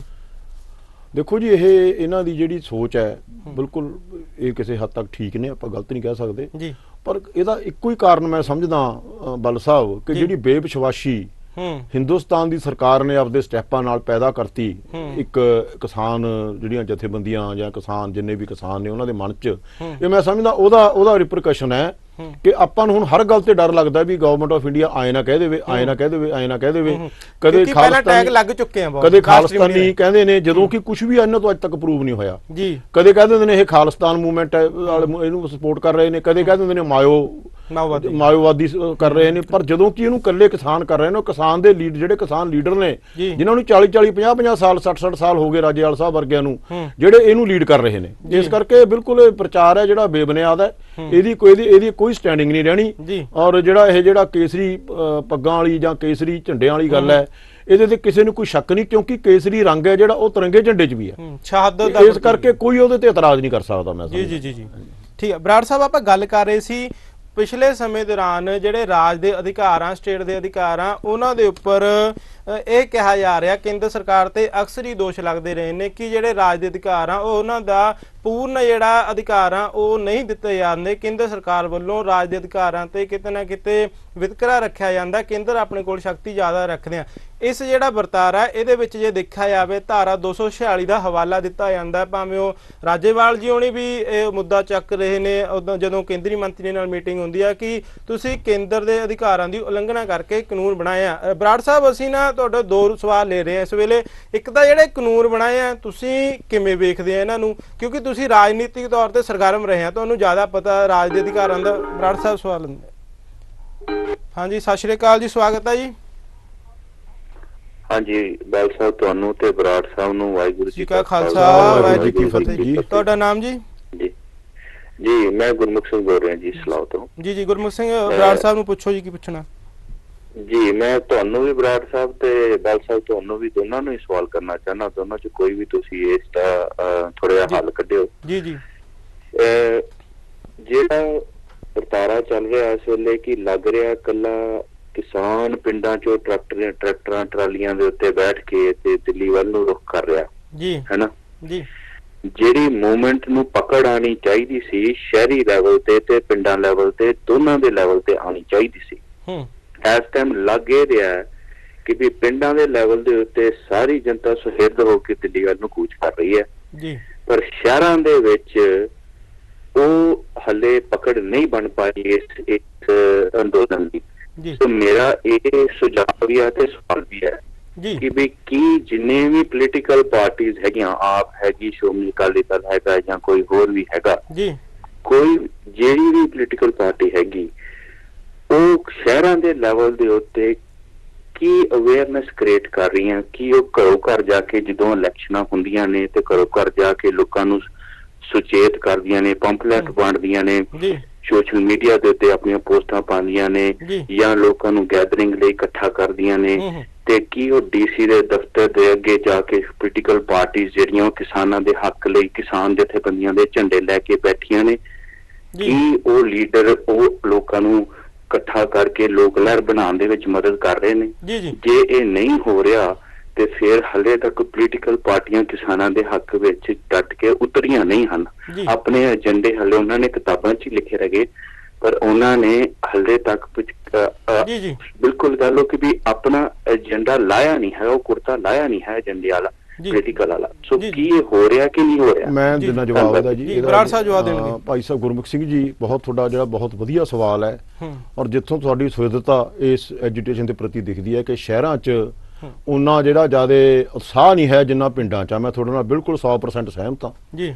ਸ਼ਹਿਰਾਂ 'ਚ ਸਿਰਫ ਜਿਹੜੀਆਂ ਜਥੇਬੰਦੀਆਂ ਨੇ, ਭਾਵੇਂ ਉਹ ਕਾੜਤੀ ਜਥੇਬੰਦੀ ਹੈ, ਭਾਵੇਂ ਉਹ ਮੁਲਾਜ਼ਮ ਜਥੇਬੰਦੀਆਂ ਨੇ, ਭਾਵੇਂ ਉਹ ਕੋਈ ਹੋਰ ਜਥੇਬੰਦੀਆਂ ਨੇ, ਉਹ ਤਾਂ ਸ਼ਿਰਕਤ ਕਰ ਰਹੀਆਂ ਨੇ, ਛੁੱਟੀਆਂ ਲੈ ਕੇ ਵੀ ਮੁਲਾਜ਼ਮ ਜਾ ਰਹੇ ਨੇ। ਪਰ ਬਿਲਕੁਲ ਤੁਹਾਡੀ ਗੱਲ ਠੀਕ ਆ, ਆਪਾਂ ਨਰੋਲ ਤੌਰ ਤੇ ਇਹ ਨਹੀਂ ਕਹਿ ਸਕਦੇ ਕਿ ਸ਼ਹਿਰੀ ਜਿਹੜੀ ਵਸੋਂ ਹੈ ਉਹ ਇਸ ਐਜੂਕੇਸ਼ਨ 'ਚ ਬੜੀ ਐਕਟਿਵਲੀ ਅਗਰੈਸਿਵਲੀ ਜਿਹੜੀ ਉਹ ਪਾਰਟਿਸਿਪੇਟ ਕਰ ਰਹੀ ਹੈ। ਜਿੱਥੋਂ ਤੱਕ ਤੁਸੀਂ ਪਾਰਟੀਆਂ ਦੀ ਗੱਲ ਕੀਤੀ ਹੈ ਜੀ, ਮੈਨੂੰ ਕੋਈ ਗਰੇਜ ਨਹੀਂ ਪੋਲੀਟੀਕਲ ਪਾਰਟੀ ਦਾ ਨੁਮਾਇੰਦਾ ਹੋਣ ਦੇ ਬਾਵਜੂਦ ਵੀ ਕਿ ਪੋਲੀਟੀਕਲ ਪਾਰਟੀਆਂ ਆਪਦੇ ਏਜੰਡਿਆਂ ਤੇ ਕੰਮ ਕਰ ਰਹੀਆਂ। ਤੁਸੀਂ ਬਿਲਕੁਲ ਠੀਕ ਕਿਹਾ, ਬਿਲਕੁਲ ਉਹਨਾਂ ਨੂੰ ਕੋਈ ਕਿਸਾਨ ਐਜੀਟੇਸ਼ਨ ਨਾਲ ਸਰੋਕਾਰ ਨਹੀਂ। ਤੁਸੀਂ ਕੋਈ ਟੀਵੀ ਦੇਖੋ, ਉਹਨਾਂ ਦੀਆਂ ਡਿਬੇਟਸ ਦੇਖੋ, ਤੁਸੀਂ ਅਖਬਾਰ ਪੜ੍ਹੋ, ਉਹਨਾਂ 'ਚ ਇੱਕ ਦੂਜੇ ਨੂੰ ਗਾਲਾਂ ਕੱਢਣ ਤੋਂ ਸਿਵਾਏ ਇਹ ਤਿੰਨੇ ਪਾਰਟੀਆਂ ਕੁਝ ਨਹੀਂ ਕਰਦੀਆਂ। ਭਾਵੇਂ ਅਕਾਲੀ ਦਲ ਦੀ ਗੱਲ ਕਰੀਏ, ਬਾਦਲ ਗਰੁੱਪ ਦੀ, ਭਾਵੇਂ ਕਾਂਗਰਸ ਦੀ ਗੱਲ ਕਰੀਏ, ਭਾਵੇਂ ਆਮ ਆਦਮੀ ਕਰੀਏ। ਚਲੋ ਬੀਜੇਪੀ ਨੇ ਤਾਂ ਖਿਲਾਫ ਬੋਲਣਾ ਹੀ ਹੈ, ਕਿਉਂਕਿ ਉਹ ਤਾਂ ਆਪਦੀ ਉਸੇ ਗੱਲ ਤੇ ਖੜੇ ਨੇ ਜੀ, ਹਾਂ ਸਾਡੇ ਬਿੱਲ ਠੀਕ ਨੇ, ਕਿਸਾਨਾਂ ਦੇ ਫਾਇਦੇ ਵਾਸਤੇ ਨੇ। ਮੈਂ ਪਿਛਲੀ ਵਾਰੀ ਵੀ ਇੱਕ ਡਿਬੇਟ 'ਚ ਬੇਨਤੀ ਕੀਤੀ ਸੀ, ਅਖਬਾਰ 'ਚ ਮੈਂ ਖਬਰ ਵੀ ਲਵਾਈ ਸੀ ਇਹੀ ਕਿ ਜੀ ਆਪਾਂ ਪਾਰਟੀ ਦੀ ਨਿੱਜੀ ਹਿੱਤ ਛੱਡ ਕੇ ਆਪਣੇ ਕੋਲ ਲੜਨ ਵਾਸਤੇ ਬੜਾ ਸਮਾਂ ਮਿਲ ਜਾਣਾ, ਆਪਾਂ ਨੂੰ ਗਾਲਾਂ ਕੱਢਣ ਨੂੰ ਬੜਾ ਸਮਾਂ ਮਿਲ ਜਾਣਾ। ਆਪਾਂ ਕਿਸਾਨਾਂ ਦੀ ਮੋਰਲ ਸਪੋਰਟ ਕਰੀਏ, ਫਾਈਨੈਂਸ਼ੀਅਲ ਸਪੋਰਟ ਕਰੀਏ, ਔਰ ਵਿਅਕਤੀਗਤ ਤੌਰ ਤੇ ਇਕੱਠ ਕਰਨ ਦੀ ਸਪੋਰਟ ਕਰੀਏ। ਛੱਡ ਦਈਏ, ਲਾ ਦਈਏ ਆਪਾਂ ਕੁੜਤੇ ਜਿਹੜੇ ਪੋਲੀਟੀਕਲ ਪਾਰਟੀਆਂ ਵਾਲੇ ਨੇ, ਉਹ ਬੜਾ ਟਾਈਮ ਮਿਲ ਜਾਣਾ ਆਪਾਂ ਨੂੰ। ਪਰ ਹਲੇ ਤੱਕ ਵੀ ਪੋਲੀਟੀਕਲ ਜਿਹੜੀਆਂ ਟ੍ਰੈਡੀਸ਼ਨਲ ਪੋਲੀਟੀਕਲ ਪਾਰਟੀਆਂ ਨੇ ਉਹ ਸਿਰਦ ਨਹੀਂ ਹੋਈਆਂ। ਗੁਰਮੁਖ ਸਿੰਘ ਜੀ, ਮੈਂ ਤੁਹਾਡੇ ਨਾਲ ਸਹਿਮਤ ਹਾਂ ਕਿ ਉਹ ਕਿਸਾਨ ਅੰਦੋਲਨ ਦਾ ਸਮਰਥਨ ਕਰਨ। ਕੇਵਲ ਤੇ ਕੇਵਲ ਸ਼੍ਰੋਮਣੀ ਅਕਾਲੀ ਦਲ ਡੈਮੋਕ੍ਰੈਟਿਕ, ਮੈਂ ਪਹਿਲਾਂ ਵੀ ਬੇਨਤੀ ਕਰਕੇ ਹਟਿਆ ਕਿ ਅਸੀਂ ਨਰੋਲ ਕਿਸਾਨ ਯੂਨੀਅਨ ਦੇ ਝੰਡੇ ਹੇਠਾਂ ਇਸ ਐਜੀਟੇਸ਼ਨ 'ਚ ਵੀ ਸ਼ਿਰਕਤ ਕਰ ਰਹੇ ਹਾਂ, ਔਰ ਲੋਕਾਂ 'ਚ ਵੀ ਗੱਲ ਪਹੁੰਚਾ ਰਹੇ ਹਾਂ ਕਿ ਤੁਸੀਂ ਵੱਧ ਤੋਂ ਵੱਧ ਗਿਣਤੀ ਟਰੈਕਟਰ ਮਾਰਚ 'ਚ ਵੀ ਇਨਵੋਲਵ ਹੋਵੋ, ਔਰ ਉੱਥੇ ਜਾ ਕੇ ਠੀਕਰੀ ਬਾਰਡਰ ਤੇ ਔਰ ਸਿੰਧੂ ਬਾਰਡਰ ਤੇ ਸਿੰਘੂ ਬਾਰਡਰ ਤੇ ਬੈਠ ਕੇ ਉਹਨਾਂ ਦੇ ਵਿੱਚ ਆਪਦੀ ਹਾਜ਼ਰੀ ਵੀ ਲਵਾਓ, ਔਰ ਇਸ ਐਜੀਟੇਸ਼ਨ ਨੂੰ ਤਕੜਾ ਕਰੋ। ਜੀ ਬਰਾੜ ਸਾਹਿਬ, ਮੈਂ ਗੱਲ ਕਰ ਰਿਹਾ ਸੀ ਰਾਜਾਂ ਦੇ ਅਧਿਕਾਰ ਤੇ ਜਿਹੜੇ ਤਿੰਨੇ ਕਾਨੂੰਨ ਬਣੇ ਆ। ਮੈਂ ਤੁਹਾਡੇ ਕੋਲੋਂ ਪੁੱਛਣਾ ਚਾਹੁੰਦਾ ਵੀ ਤੁਸੀਂ ਕਿਵੇਂ ਵੇਖਦੇ ਹੋ ਕਾਨੂੰਨਾਂ ਨੂੰ ਤੇ ਰਾਜਾਂ ਦੇ ਅਧਿਕਾਰ ਤੇ ਜਿਹੜਾ ਕੇਂਦਰ ਆਪਣੀ ਸਖਤੀ ਕਰ ਰਹੀ ਹੈ ਜੀ? ਦੇਖੋ ਜੀ, ਜੇ ਤੁਸੀਂ ਕਨਸਟੀਟਿਊਸ਼ਨ ਨੂੰ ਧਿਆਨ ਨਾਲ ਪੜ੍ਹੋ ਜਾਂ ਕਨਸਟੀਟਿਊਸ਼ਨ ਦੀ ਜਿਹੜੀ ਬੈਕਗਰਾਉਂਡ ਹੈ, ਇਹ ਕਿਉਂ ਬਣਿਆ ਕਨਸਟੀਟਿਊਸ਼ਨ ਨੂੰ, ਡਾਕਟਰ BR ਅੰਬੇਦਕਰ ਨੇ ਕਨਸਟੀਟਿਊਸ਼ਨ ਲਿਖਿਆ, ਉਹਨਾਂ ਨੂੰ ਉਸ ਟਾਈਮ ਇਸ ਗੱਲ ਦਾ ਅੰਦਾਜ਼ਾ ਸੀ ਕਿ ਜਿਹੜੇ ਪਾਰਲੀਮੈਂਟਰੀਅਨ ਹੈਗੇ, ਜੇ ਇਹ ਮੈਜੋਰਟੀ 'ਚ ਆ ਜਾਂਦੇ ਨੇ, ਇਹ ਇਹਦੇ ਨਾਲ ਛੇੜਛਾੜ ਕਰ ਸਕਦੇ ਨੇ। ਇਸ ਕਰਕੇ ਉਹਨੇ ਇਹਨੂੰ ਵੰਡਤਾ ਸੀ ਦੋ ਹਿੱਸਿਆਂ 'ਚ ਕਿ ਕਿਹੜੇ ਜਿਹੜੇ ਕੰਮ ਨੇ ਉਹ ਕੇਂਦਰ ਸਰਕਾਰ ਕਰ ਸਕਦਾ, ਔਰ ਕਿਹੜੇ ਕੰਮ ਹੈ ਜਿਹੜੇ ਉਹ ਸਟੇਟ ਜਿਹੜੇ ਸਬਜੈਕਟ ਨੇ ਸਟੇਟਾਂ ਨੂੰ ਕਰਨੇ ਚਾਹੀਦੇ ਨੇ। ਕਿਉਂਕਿ ਉਹਦਾ ਕਾਰਨ ਹੈ ਹਿੰਦੁਸਤਾਨ ਆਪਣਾ ਡੈਮੋਗ੍ਰਾਫਿਕਲੀ ਵੀ ਔਰ ਲੈਂਗੁਏਜ ਵਾਈਜ਼ ਵੀ ਔਰ ਕਲਚਰ ਵਾਈਜ਼ ਵੀ ਅਲੱਗ-ਅਲੱਗ ਮੁਲਕ ਹੈ, ਅਲੱਗ-ਅਲੱਗ ਖਿੱਤੇ ਨੇ, ਅਲੱਗ-ਅਲੱਗ ਕਲਚਰ ਨੇ ਉੱਥੇ, ਅਲੱਗ-ਅਲੱਗ ਉੱਥੇ ਦਾ ਜਿਹੜਾ ਪੌਣ ਪਾਣੀ ਹੈ, ਮੌਸਮ ਹੈ, ਅਲੱਗ-ਅਲੱਗ ਬੋਲੀ ਹੈ, ਜਿਹਦੇ ਕਰਕੇ ਤਿੰਨ ਖਾਸ ਤੌਰ ਤੇ ਜੇ ਆਪਾਂ ਹੋਰ ਗੱਲ ਨਾ ਕਰੀਏ, ਜਿਹੜੇ ਤਿੰਨ ਸਬਜੈਕਟ ਰੱਖੇ ਸੀਗੇ ਕਨਸਟੀਟਿਊਸ਼ਨ 'ਚ, ਉਹ ਸਟੇਟ ਸਬਜੈਕਟ ਰੱਖੇ ਸੀ, ਜਿਹਦੇ 'ਚ ਇੱਕ ਐਗਰੀਕਲਚਰ ਆ ਜਾਂਦਾ ਹੈ, ਹੈਲਥ ਆ ਜਾਂਦੀ ਹੈ, ਔਰ ਐਜੂਕੇਸ਼ਨ ਆ ਜਾਂਦੀ ਹੈ। ਐਜੂਕੇਸ਼ਨ ਔਰ ਹੈਲਥ ਤੇ ਤਾਂ ਪਹਿਲਾਂ ਹੀ ਸੈਂਟਰ ਕੇਂਦਰ ਸਰਕਾਰ ਆਪਦਾ ਕਬਜ਼ਾ ਕਰ ਚੁੱਕੀ ਹੈ। ਜਿੰਨੀਆਂ ਵੀ ਪਾਲਿਸੀਆਂ ਬਣਦੀਆਂ ਨੇ ਐਜੂਕੇਸ਼ਨ ਦੀਆਂ ਵੀ ਸੈਂਟਰ 'ਚੋਂ ਬਣਨ ਲੱਗੀਆਂ। ਪਿੱਛੇ ਜੇ ਦੇਖੋ ਬੜਾ ਬਦਲਾਅ ਕੀਤਾ ਇਹਨਾਂ ਨੇ, ਐਵੇਂ ਜਿਵੇਂ ਹੈਲਥ ਦੀਆਂ ਜਿੰਨੀਆਂ ਪਾਲਿਸੀਆਂ ਬਣਦੀਆਂ ਨੇ ਉਹ ਕੇਂਦਰ 'ਚੋਂ ਬਣਦੀਆਂ ਨੇ। ਉਹਦੇ ਤੇ ਕੋਈ ਬਹੁਤ ਜ਼ਿਆਦਾ ਇਤਰਾਜ਼ ਨਹੀਂ ਹੋਇਆ। ਮੈਂ ਸਮਝਦਾ ਪੋਲੀਟੀਕਲ ਪਾਰਟੀ ਨੂੰ ਇਤਰਾਜ਼ ਕਰਨਾ ਚਾਹੀਦਾ ਸੀ, ਉਦੋਂ ਨਹੀਂ ਕੀਤਾ ਉਹਨਾਂ ਨੇ। ਅੱਜ ਹੁਣ ਇਹਨਾਂ ਨੇ ਐਗਰੀਕਲਚਰ ਜਿਹੜਾ ਸੈਕਟਰ ਹੈ ਇਹਨੂੰ ਵੀ ਹਥਿਆਉਣ ਦੀ ਕੋਸ਼ਿਸ਼ ਕੀਤੀ ਹੈ। ਜੇ ਨਾ ਜਥੇਬੰਦੀਆਂ ਉੱਠਦੀਆਂ, ਮੈਂ ਸ਼ਲਾਘਾ ਕਰਦਾ ਜਥੇਬੰਦੀਆਂ ਦੀ, ਕਿਸਾਨ ਜਥੇਬੰਦੀਆਂ ਜਿਨ੍ਹਾਂ ਨੇ ਬਹੁਤ ਵੱਡੀ ਐਜੀਟੇਸ਼ਨ ਕਰਕੇ ਘੱਟੋ ਘੱਟ ਇਸ ਚੀਜ਼ ਨੂੰ ਤਾਂ ਆਪਾਂ ਚੈਲੰਜ ਕੀਤਾ ਨਾ ਕਿ ਇਹ ਸਟੇਟ ਦਾ ਅਧਿਕਾਰ ਹੈ, ਇਹਨੂੰ ਸੈਂਟਰ ਕਿਉਂ ਯੂਜ਼ ਕਰਦਾ। ਇਸ ਕਰਕੇ ਬਹੁਤ ਗਲਤ ਹੋ ਰਿਹਾ ਹੈ ਜੀ। ਜੇ ਇਦਾਂ ਦੀ ਕੰਮ ਚੱਲ ਪਿਆ ਤਾਂ ਇਸ ਮੁਲਕ ਦਾ ਬੜਾ ਨੁਕਸਾਨ ਹੋ ਸਕਦਾ ਹੈ। ਜੇ ਆਪਾਂ ਸਟੇਟ ਸਬਜੈਕਟ ਸਾਰੇ ਖੋਲਾਂਗੇ ਤਾਂ ਆਪਾਂ ਸਟੇਟ ਸਰਕਾਰਾਂ ਕੀ ਕਰਨਗੀਆਂ, ਕੱਲ ਨੂੰ ਲਾਅ ਐਂਡ ਆਰਡਰ ਵੀ ਖੋ ਸਕਦੇ ਨੇ ਇਹ, ਠੀਕ ਹੈ ਕਿ ਨਹੀਂ? ਸੋ ਉਹਦੇ ਨਾਲ ਮੈਂ ਸਮਝਦਾ ਬਹੁਤ ਨੁਕਸਾਨ ਹੋਣਾ, ਉਹਦੇ ਬੜੇ ਮਾੜੇ ਨਤੀਜੇ ਨਿਕਲਣੇ। ਇਸ ਕਰਕੇ ਜਿਹੜੇ ਸਟੇਟ ਸਬਜੈਕਟ ਨੇ ਉਹ ਸਟੇਟ ਸਬਜੈਕਟ ਹੀ ਰਹਿਣੇ ਚਾਹੀਦੇ ਨੇ, ਭਾਵੇਂ ਐਗਰੀਕਲਚਰ ਹੈ, ਭਾਵੇਂ ਹੈਲਥ ਹੈ, ਔਰ ਭਾਵੇਂ ਐਜੂਕੇਸ਼ਨ ਹੈ, ਔਰ ਵਾਪਸ ਕਰਨਾ ਚਾਹੀਦਾ ਇਹਨਾਂ ਨੂੰ। ਦਖਲਅੰਦਾਜ਼ੀ ਕਨਸਟੀਟਿਊਸ਼ਨ ਦੀ ਜਿਹੜੀ ਵਾਇਓਲੇਸ਼ਨ ਹੈ ਜੀ ਇਹ ਬਿਲਕੁਲ, ਜਿਹੜਾ ਇਹਨਾਂ ਨੇ ਐਗਰੀਕਲਚਰ ਤਿੰਨੇ ਲਾਅ ਬਣਾਏ ਨੇ, ਤੁਸੀਂ ਗੱਲ ਕੀਤੀ ਹੈ ਤਿੰਨਾਂ ਲਾਅ ਦੀ, ਬਿਲਕੁਲ ਸਭ ਤੋਂ ਪਹਿਲਾਂ ਤਾਂ ਇਹਨਾਂ ਨੇ ਕਨਸਟੀਟਿਊਸ਼ਨ ਨੂੰ ਵਾਇਓਲੇਟ ਕੀਤਾ ਹੈ ਇਹ ਲਾਅ ਬਣਾ ਕੇ, ਨੰਬਰ 1। ਨੰਬਰ 2 ਤੇ ਜਿਹੜੇ ਆਰਡੀਨੈਂਸ ਬਣਾ ਕੇ ਇਹ ਲਾਅ ਲਿਆਂਦੇ ਨੇ, ਜਿਨ੍ਹਾਂ ਦਿਨਾਂ 'ਚ ਲੋਕ ਮਰ ਰਹੇ ਸੀ, ਕੋਵਿਡ ਦਾ ਪ੍ਰਕੋਪ ਆਇਆ ਹੋਇਆ ਸੀ, ਉਹਨਾਂ ਦਿਨਾਂ 'ਚ ਇਹਨਾਂ ਨੇ ਇਹ ਲਾਅ ਬਣਾ ਕੇ ਆਰਡੀਨੈਂਸ ਨੇ ਪਾਸ ਕਰਕੇ ਇਹਨਾਂ ਨੇ ਇਹ ਜਿੱਥੋਂ ਇਹਨਾਂ ਦੀ ਬਦਨੀਤੀ ਹੈ, ਜਿਹੜੀ ਮਾੜੀ ਨੀਤ ਜਿਹੜੀ ਹੈ ਉਹ ਦਿਖ ਰਹੀ ਹੈ ਕਿ ਇਹ ਜਿਹੜੇ ਤਿੰਨੇ ਲਾਅ ਨੇ ਇਹ ਇਹਨਾਂ ਨੇ ਸਟੇਟ ਤੋਂ ਖੋਹ ਕੇ ਕਾਨੂੰਨ ਬਣਾਏ ਔਰ ਕਾਰਪੋਰੇਟ ਘਰਾਣਿਆਂ ਨੂੰ ਫਾਇਦਾ ਪਹੁੰਚਾਉਣ ਵਾਸਤੇ, ਖੇਤੀ ਦੇ ਸਿਸਟਮ ਨੂੰ ਬਦਲਣ ਵਾਸਤੇ, ਖੇਤੀ ਕਿਸਾਨਾਂ ਦੇ ਹੱਥ ਚੋਂ ਕਾਰਪੋਰੇਟ ਹਾਊਸਾਂ ਨੂੰ ਦੇਣ ਵਾਸਤੇ ਇਹ ਤਿੰਨੇ ਬਿੱਲ ਬਣਾਏ ਨੇ। ਇਸੇ ਕਰਕੇ ਇਹਦਾ ਬਹੁਤ ਵੱਡੇ ਪੱਧਰ ਤੇ ਨਾ ਇਕੱਲੇ ਪੰਜਾਬ 'ਚ ਨਹੀਂ, ਹਰਿਆਣੇ 'ਚ ਨਹੀਂ, ਸਾਰੇ ਹਿੰਦੁਸਤਾਨ 'ਚ ਬਲਕਿ ਸਾਰੀ ਦੁਨੀਆ 'ਚ ਇਹਦਾ ਵਿਰੋਧ ਹੋ ਰਿਹਾ ਹੈ ਜੀ। ਬਰਾੜ ਸਾਹਿਬ ਨੇ ਬਹੁਤ ਹੀ ਵਿਸਥਾਰ ਦੇ ਨਾਲ, ਸੁਹਿਰਦਤਾ ਦੇ ਨਾਲ ਜਿਹੜਾ ਇਹਨਾਂ ਬਾਰੇ ਦੱਸਿਆ ਸਾਨੂੰ। ਬਰਾੜ ਸਾਹਿਬ, ਜੇ ਆਪਾਂ ਗੱਲ ਕਰੀਏ ਤਾਂ ਜਿਹੜਾ ਇਹ ਅੰਦੋਲਨ ਹੈ ਇਹਦਾ ਕਿਤੇ ਨਾ ਕਿਤੇ ਅਸਰ, ਕਿਉਂਕਿ ਆਪਾਂ ਬਰਾੜ ਸਾਹਿਬ ਕਾਲ ਲੈਂਦੇ। ਹਾਂਜੀ ਹਾਂਜੀ, ਸਤਿ ਸ਼੍ਰੀ ਅਕਾਲ ਜੀ, ਸਵਾਗਤ ਹੈ। ਤੁਹਾਡਾ ਨਾਮ? ਮੈਂ ਬਲਬੀਰ ਜੰਡੂ ਬੋਲ ਰਿਹਾ ਬਾਲ ਜੀ। ਹਾਂਜੀ ਜੰਡੂ ਸਾਹਿਬ, ਸਤਿ ਸ਼੍ਰੀ ਅਕਾਲ ਜੀ। ਜੰਡੂ ਸਾਹਿਬ ਸਵਾਗਤ ਹੈ ਜੀ। ਸਤਿ ਸ਼੍ਰੀ ਅਕਾਲ ਬਰਾੜ ਸਾਹਿਬ। ਹਾਂਜੀ ਹਾਂਜੀ ਸਰ, ਬਰਾੜ ਸਤਿ ਸ਼੍ਰੀ ਅਕਾਲ ਜੀ। ਬਰਾੜ ਜੀ ਇਸ ਤਰ੍ਹਾਂ ਹੈਗਾ, ਹਾਂਜੀ ਇਹ ਆਪਾਂ ਗੱਲ ਤੁਸੀਂ ਕਰ ਰਹੇ ਆ ਜਿਹੜੇ ਆਪਣੇ ਕੇਂਦਰ ਤੇ ਰਾਜਾਂ ਦੇ ਜਿਹੜੇ ਵਿਸ਼ੇ ਹੈ, ਸੰਵਿਧਾਨਕ ਤੌਰ ਤੇ ਜਿਹੜੀ ਹੱਕ ਹੈ, ਅਧਿਕਾਰ ਹੈਗੇ ਮਿਲੇ ਹੋਏ, ਹਾਂਜੀ, ਪਰ ਇਹਦੇ ਲਈ ਹੁਣ ਜਦੋਂ ਰਾਜਾਂ ਦੇ ਅਧਿਕਾਰ ਲਗਾਤਾਰ ਹੀ ਉਹਨਾਂ ਤੇ ਛਾਪਾ ਮਾਰ ਰਹੀ ਹੈ ਕੇਂਦਰ ਸਰਕਾਰ, ਤਾਂ ਉਹਦੇ ਖਿਲਾਫ ਰਾਜਸੀ ਪਾਰਟੀਆਂ ਨੇ ਉੱਠ ਕੇ ਕਿਉਂ ਨਹੀਂ ਕੋਈ ਅੰਦੋਲਨ ਸ਼ੁਰੂ ਕੀਤਾ? ਦੇਖੋ ਜੀ, ਰਾਜਸੀ ਪਾਰਟੀਆਂ, ਮੈਂ ਪਹਿਲਾਂ ਵੀ ਜੰਡੂ ਸਾਹਿਬ ਬੇਨਤੀ ਕਰਕੇ ਹਟਿਆ, ਉਹ ਤਾਂ ਬਾਈ ਇਲੈਕਸ਼ਨ ਦੇਖ ਰਹੀਆਂ ਨੇ। ਉਹਨਾਂ ਨੂੰ ਇਹ ਲੱਗਦਾ ਵੀ ਕਿਤੇ ਅਸੀਂ ਬਾਈ ਇਲੈਕਸ਼ਨ 'ਚ ਨਾ ਨੁਕਸਾਨ ਖਾ ਜਾਈਏ, ਉਹ ਤਾਂ ਉਸ ਪਾਸੇ ਲੱਗੀਆਂ ਹੋਈਆਂ ਨੇ। ਨਾਟ ਓਨਲੀ ਕੱਲੇ ਸਟੇਟ ਸਬਜੈਕਟ ਦੀ ਗੱਲ ਕਰੀਏ ਆਪਾਂ, ਉਹ ਕਿਸੇ ਵੀ ਵਿਸ਼ੇ ਤੇ ਨਹੀਂ ਬੋਲ ਰਹੀਆਂ। ਈਵਨ ਕਿਸਾਨੀ ਅੰਦੋਲਨ ਤੇ ਵੀ ਉਹ ਗੋਂਗਲੋਂ ਤੋਂ ਮਿੱਟੀ ਝਾੜ ਰਹੀਆਂ ਨੇ। ਉਹ ਕੋਈ ਸਿਰਦ ਹੋ ਕੇ ਪਾਰਟੀ ਇਹਦੀ ਆਪਣੀ ਕਿਸਾਨ ਯੂਨੀਅਨਾਂ ਦੀ ਮਦਦ ਨਹੀਂ ਕਰ ਰਹੀਆਂ ਪੋਲੀਟੀਕਲ ਪਾਰਟੀਆਂ। ਤੁਸੀਂ ਉਹਨਾਂ ਦਾ ਜਦੋਂ ਦੀ ਐਜੀਟੇਸ਼ਨ ਚੱਲੀ ਹੈ, ਇਹਦੀ ਹਿਸਟਰੀ ਚੱਕੋ, ਐਜੀਟੇਸ਼ਨ ਕਦੋਂ ਦੇਖੋ, ਕਦੋਂ ਉਹਨਾਂ ਨੇ ਇਹਨਾਂ ਦੇ ਨਾਲ ਸ਼ਾਮਲ ਹੋ ਕੇ ਕੋਈ ਵੀ ਸਟੈਪ ਚੱਕਿਆ ਹੁਣ ਤੱਕ। ਸੋ ਇਸ ਕਰਕੇ ਮੈਂ ਪਹਿਲਾਂ ਵੀ ਬੇਨਤੀ ਹਾਂਜੀ ਜੀ ਦੱਸੋ। ਮੈਂ ਪਹਿਲਾਂ ਵੀ ਇਹੀ ਬੇਨਤੀ ਕਰਕੇ ਹਟਿਆ ਕਿ ਇਹ ਸਬਜੈਕਟ ਤਾਂ ਪੋਲੀਟੀਕਲ ਪਾਰਟੀਆਂ ਨੂੰ, ਸਟੇਟ ਰੀਜਨਲ ਪਾਰਟੀ ਨੂੰ ਬੜੀ ਦੇਰ ਪਹਿਲਾਂ ਚੱਕ ਲੈਣਾ ਚਾਹੀਦਾ ਸੀ। ਜਦੋਂ ਐਜੂਕੇਸ਼ਨ ਖੋਈ ਹੈ ਇਹਨਾਂ ਨੇ, ਐਜੂਕੇਸ਼ਨ ਪਾਲਿਸੀ ਬਣਾਈ ਹੈ ਕੇਂਦਰ ਨੇ, ਹੈਲਥ ਪਾਲਿਸੀ ਬਣਾਈ ਹੈ, ਉਦੋਂ ਘੱਟੋ ਘੱਟ ਰੀਜਨਲ ਪਾਰਟੀਆਂ ਨੂੰ ਤਾਂ ਸਟੈਪ ਚੱਕਣਾ ਚਾਹੀਦਾ ਸੀ ਨਾ, ਵੀ ਜੇ ਸਾਡੇ ਅਧਿਕਾਰ ਖੋ ਰਹੇ ਹੋ। ਉਹਦੇ ਬਰਾੜ ਜੀ ਇਹ ਗੱਲ ਤਾਂ ਹੈ ਨਾ ਕਿ ਜਿਹੜੀਆਂ ਪਾਰਟੀਆਂ ਚੱਕਦੀਆਂ ਸੀ ਉਹ ਉਦੋਂ ਰਾਜ ਭਾਗ ਲਈ ਸੀਗੀਆਂ, ਉਹਨਾਂ ਨੇ ਇਹਨੂੰ ਛੇੜਿਆ ਨਹੀਂ। ਸ਼੍ਰੋਮਣੀ ਅਕਾਲੀ ਦਲ ਹੁਣ ਸਭ ਤੋਂ ਪਹਿਲਾਂ ਇਸ ਮਾਮਲੇ ਨੂੰ ਚੁੱਕਿਆ ਜਦੋਂ ਅਨੰਦਪੁਰ ਸਾਹਿਬ ਦਾ ਮਤਾ ਲੈ ਕੇ ਆਏ। ਹਾਂਜੀ, ਠੀਕ ਹੈ ਨਾ ਜੀ। ਹਾਂਜੀ, ਤਾਂ ਉਸ ਤੋਂ ਬਾਅਦ ਲਗਾਤਾਰ ਹੀ ਸ਼੍ਰੋਮਣੀ ਅਕਾਲੀ ਦਲ ਤਾਂ ਇਹਦੇ ਬਾਰੇ ਚੁੱਪ ਹੀ ਹੋ ਗਿਆ। ਦੇਖੋ ਜੀ, ਸ਼੍ਰੋਮਣੀ ਅਕਾਲੀ ਦਲ, ਬਾਦਲ ਦੀ ਗੱਲ ਕਰਦੇ ਆ ਆਪਾਂ, ਸ਼੍ਰੋਮਣੀ ਅਕਾਲੀ ਦਲ ਦੀ ਨਹੀਂ ਕਰਦੇ, ਬਾਦਲ ਦਲ ਦੀ ਗੱਲ ਕਰਦੇ ਆ।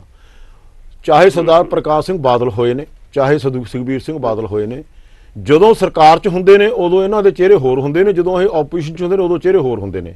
ਇਸ ਕਰਕੇ ਇਹਨਾਂ ਨੇ ਕੁਝ ਨਹੀਂ ਕੀਤਾ ਜੀ। ਜਿਹੜਾ ਅੱਜ ਪੰਜਾਬ ਸੰਤਾਪ ਭੋਗ ਰਿਹਾ ਹੈ, ਉਹਦੇ 'ਚ ਇਹਨਾਂ ਦਾ ਬਹੁਤ ਵੱਡਾ ਯੋਗਦਾਨ ਹੈ। ਮੈਂ ਇੰਨੀ ਗੱਲ ਹੀ ਕਹਿ ਸਕਦਾ ਇਹਨਾਂ ਬਾਰੇ।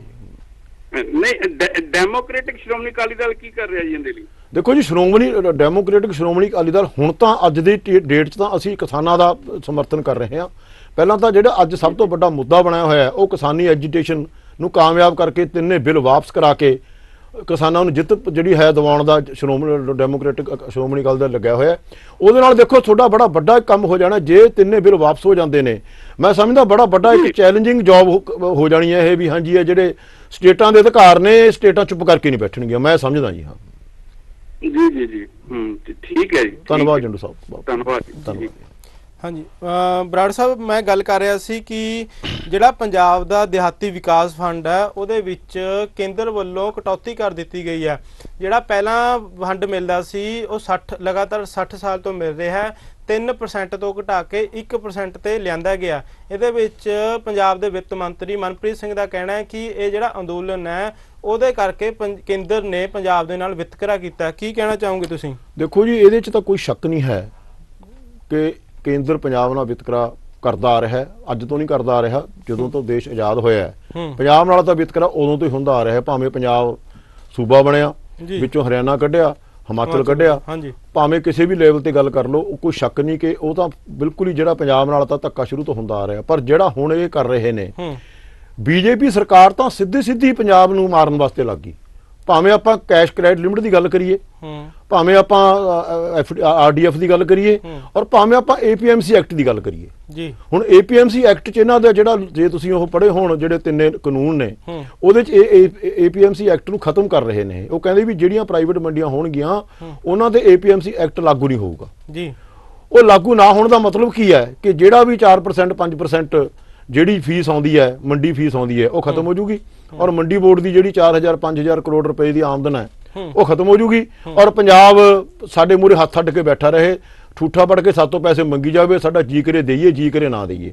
ਸੋ ਇਹਦਾ ਪੰਜਾਬ ਨੂੰ ਮੈਂ ਸਮਝਦਾ ਭਿਖਾਰੀ ਬਣਾਉਣ ਦੀ ਰਾਹ ਤੇ ਤੁਰਿਆ ਹੋਇਆ ਜਿਹੜਾ ਕੇਂਦਰ ਹੈ, ਇਹਦੇ ਤੇ ਇਹਨਾਂ ਨੂੰ ਕੰਟਰੋਲ ਕਰਨਾ ਚਾਹੀਦਾ ਹੈ। ਨਹੀਂ ਤਾਂ ਫਿਰ ਇਹ ਜਿਹੜਾ ਹੈ, ਜੋ ਇਹ ਐਜੀਟੇਸ਼ਨ ਜਿੱਦਾਂ ਹੁਣ ਚੱਲ ਰਹੀ ਹੈ, ਇਦਾਂ ਹੀ ਇਹ ਐਜੀਟੇਸ਼ਨ ਹੁੰਦੀਆਂ ਰਹਿਣਗੀਆਂ, ਔਰ ਇਹਦੇ ਲਈ ਗਵਰਨਮੈਂਟ ਆਫ ਇੰਡੀਆ ਜ਼ਿੰਮੇਵਾਰ ਹੋਊਗੀ ਇਸ ਗੱਲ ਦੀ ਜੀ।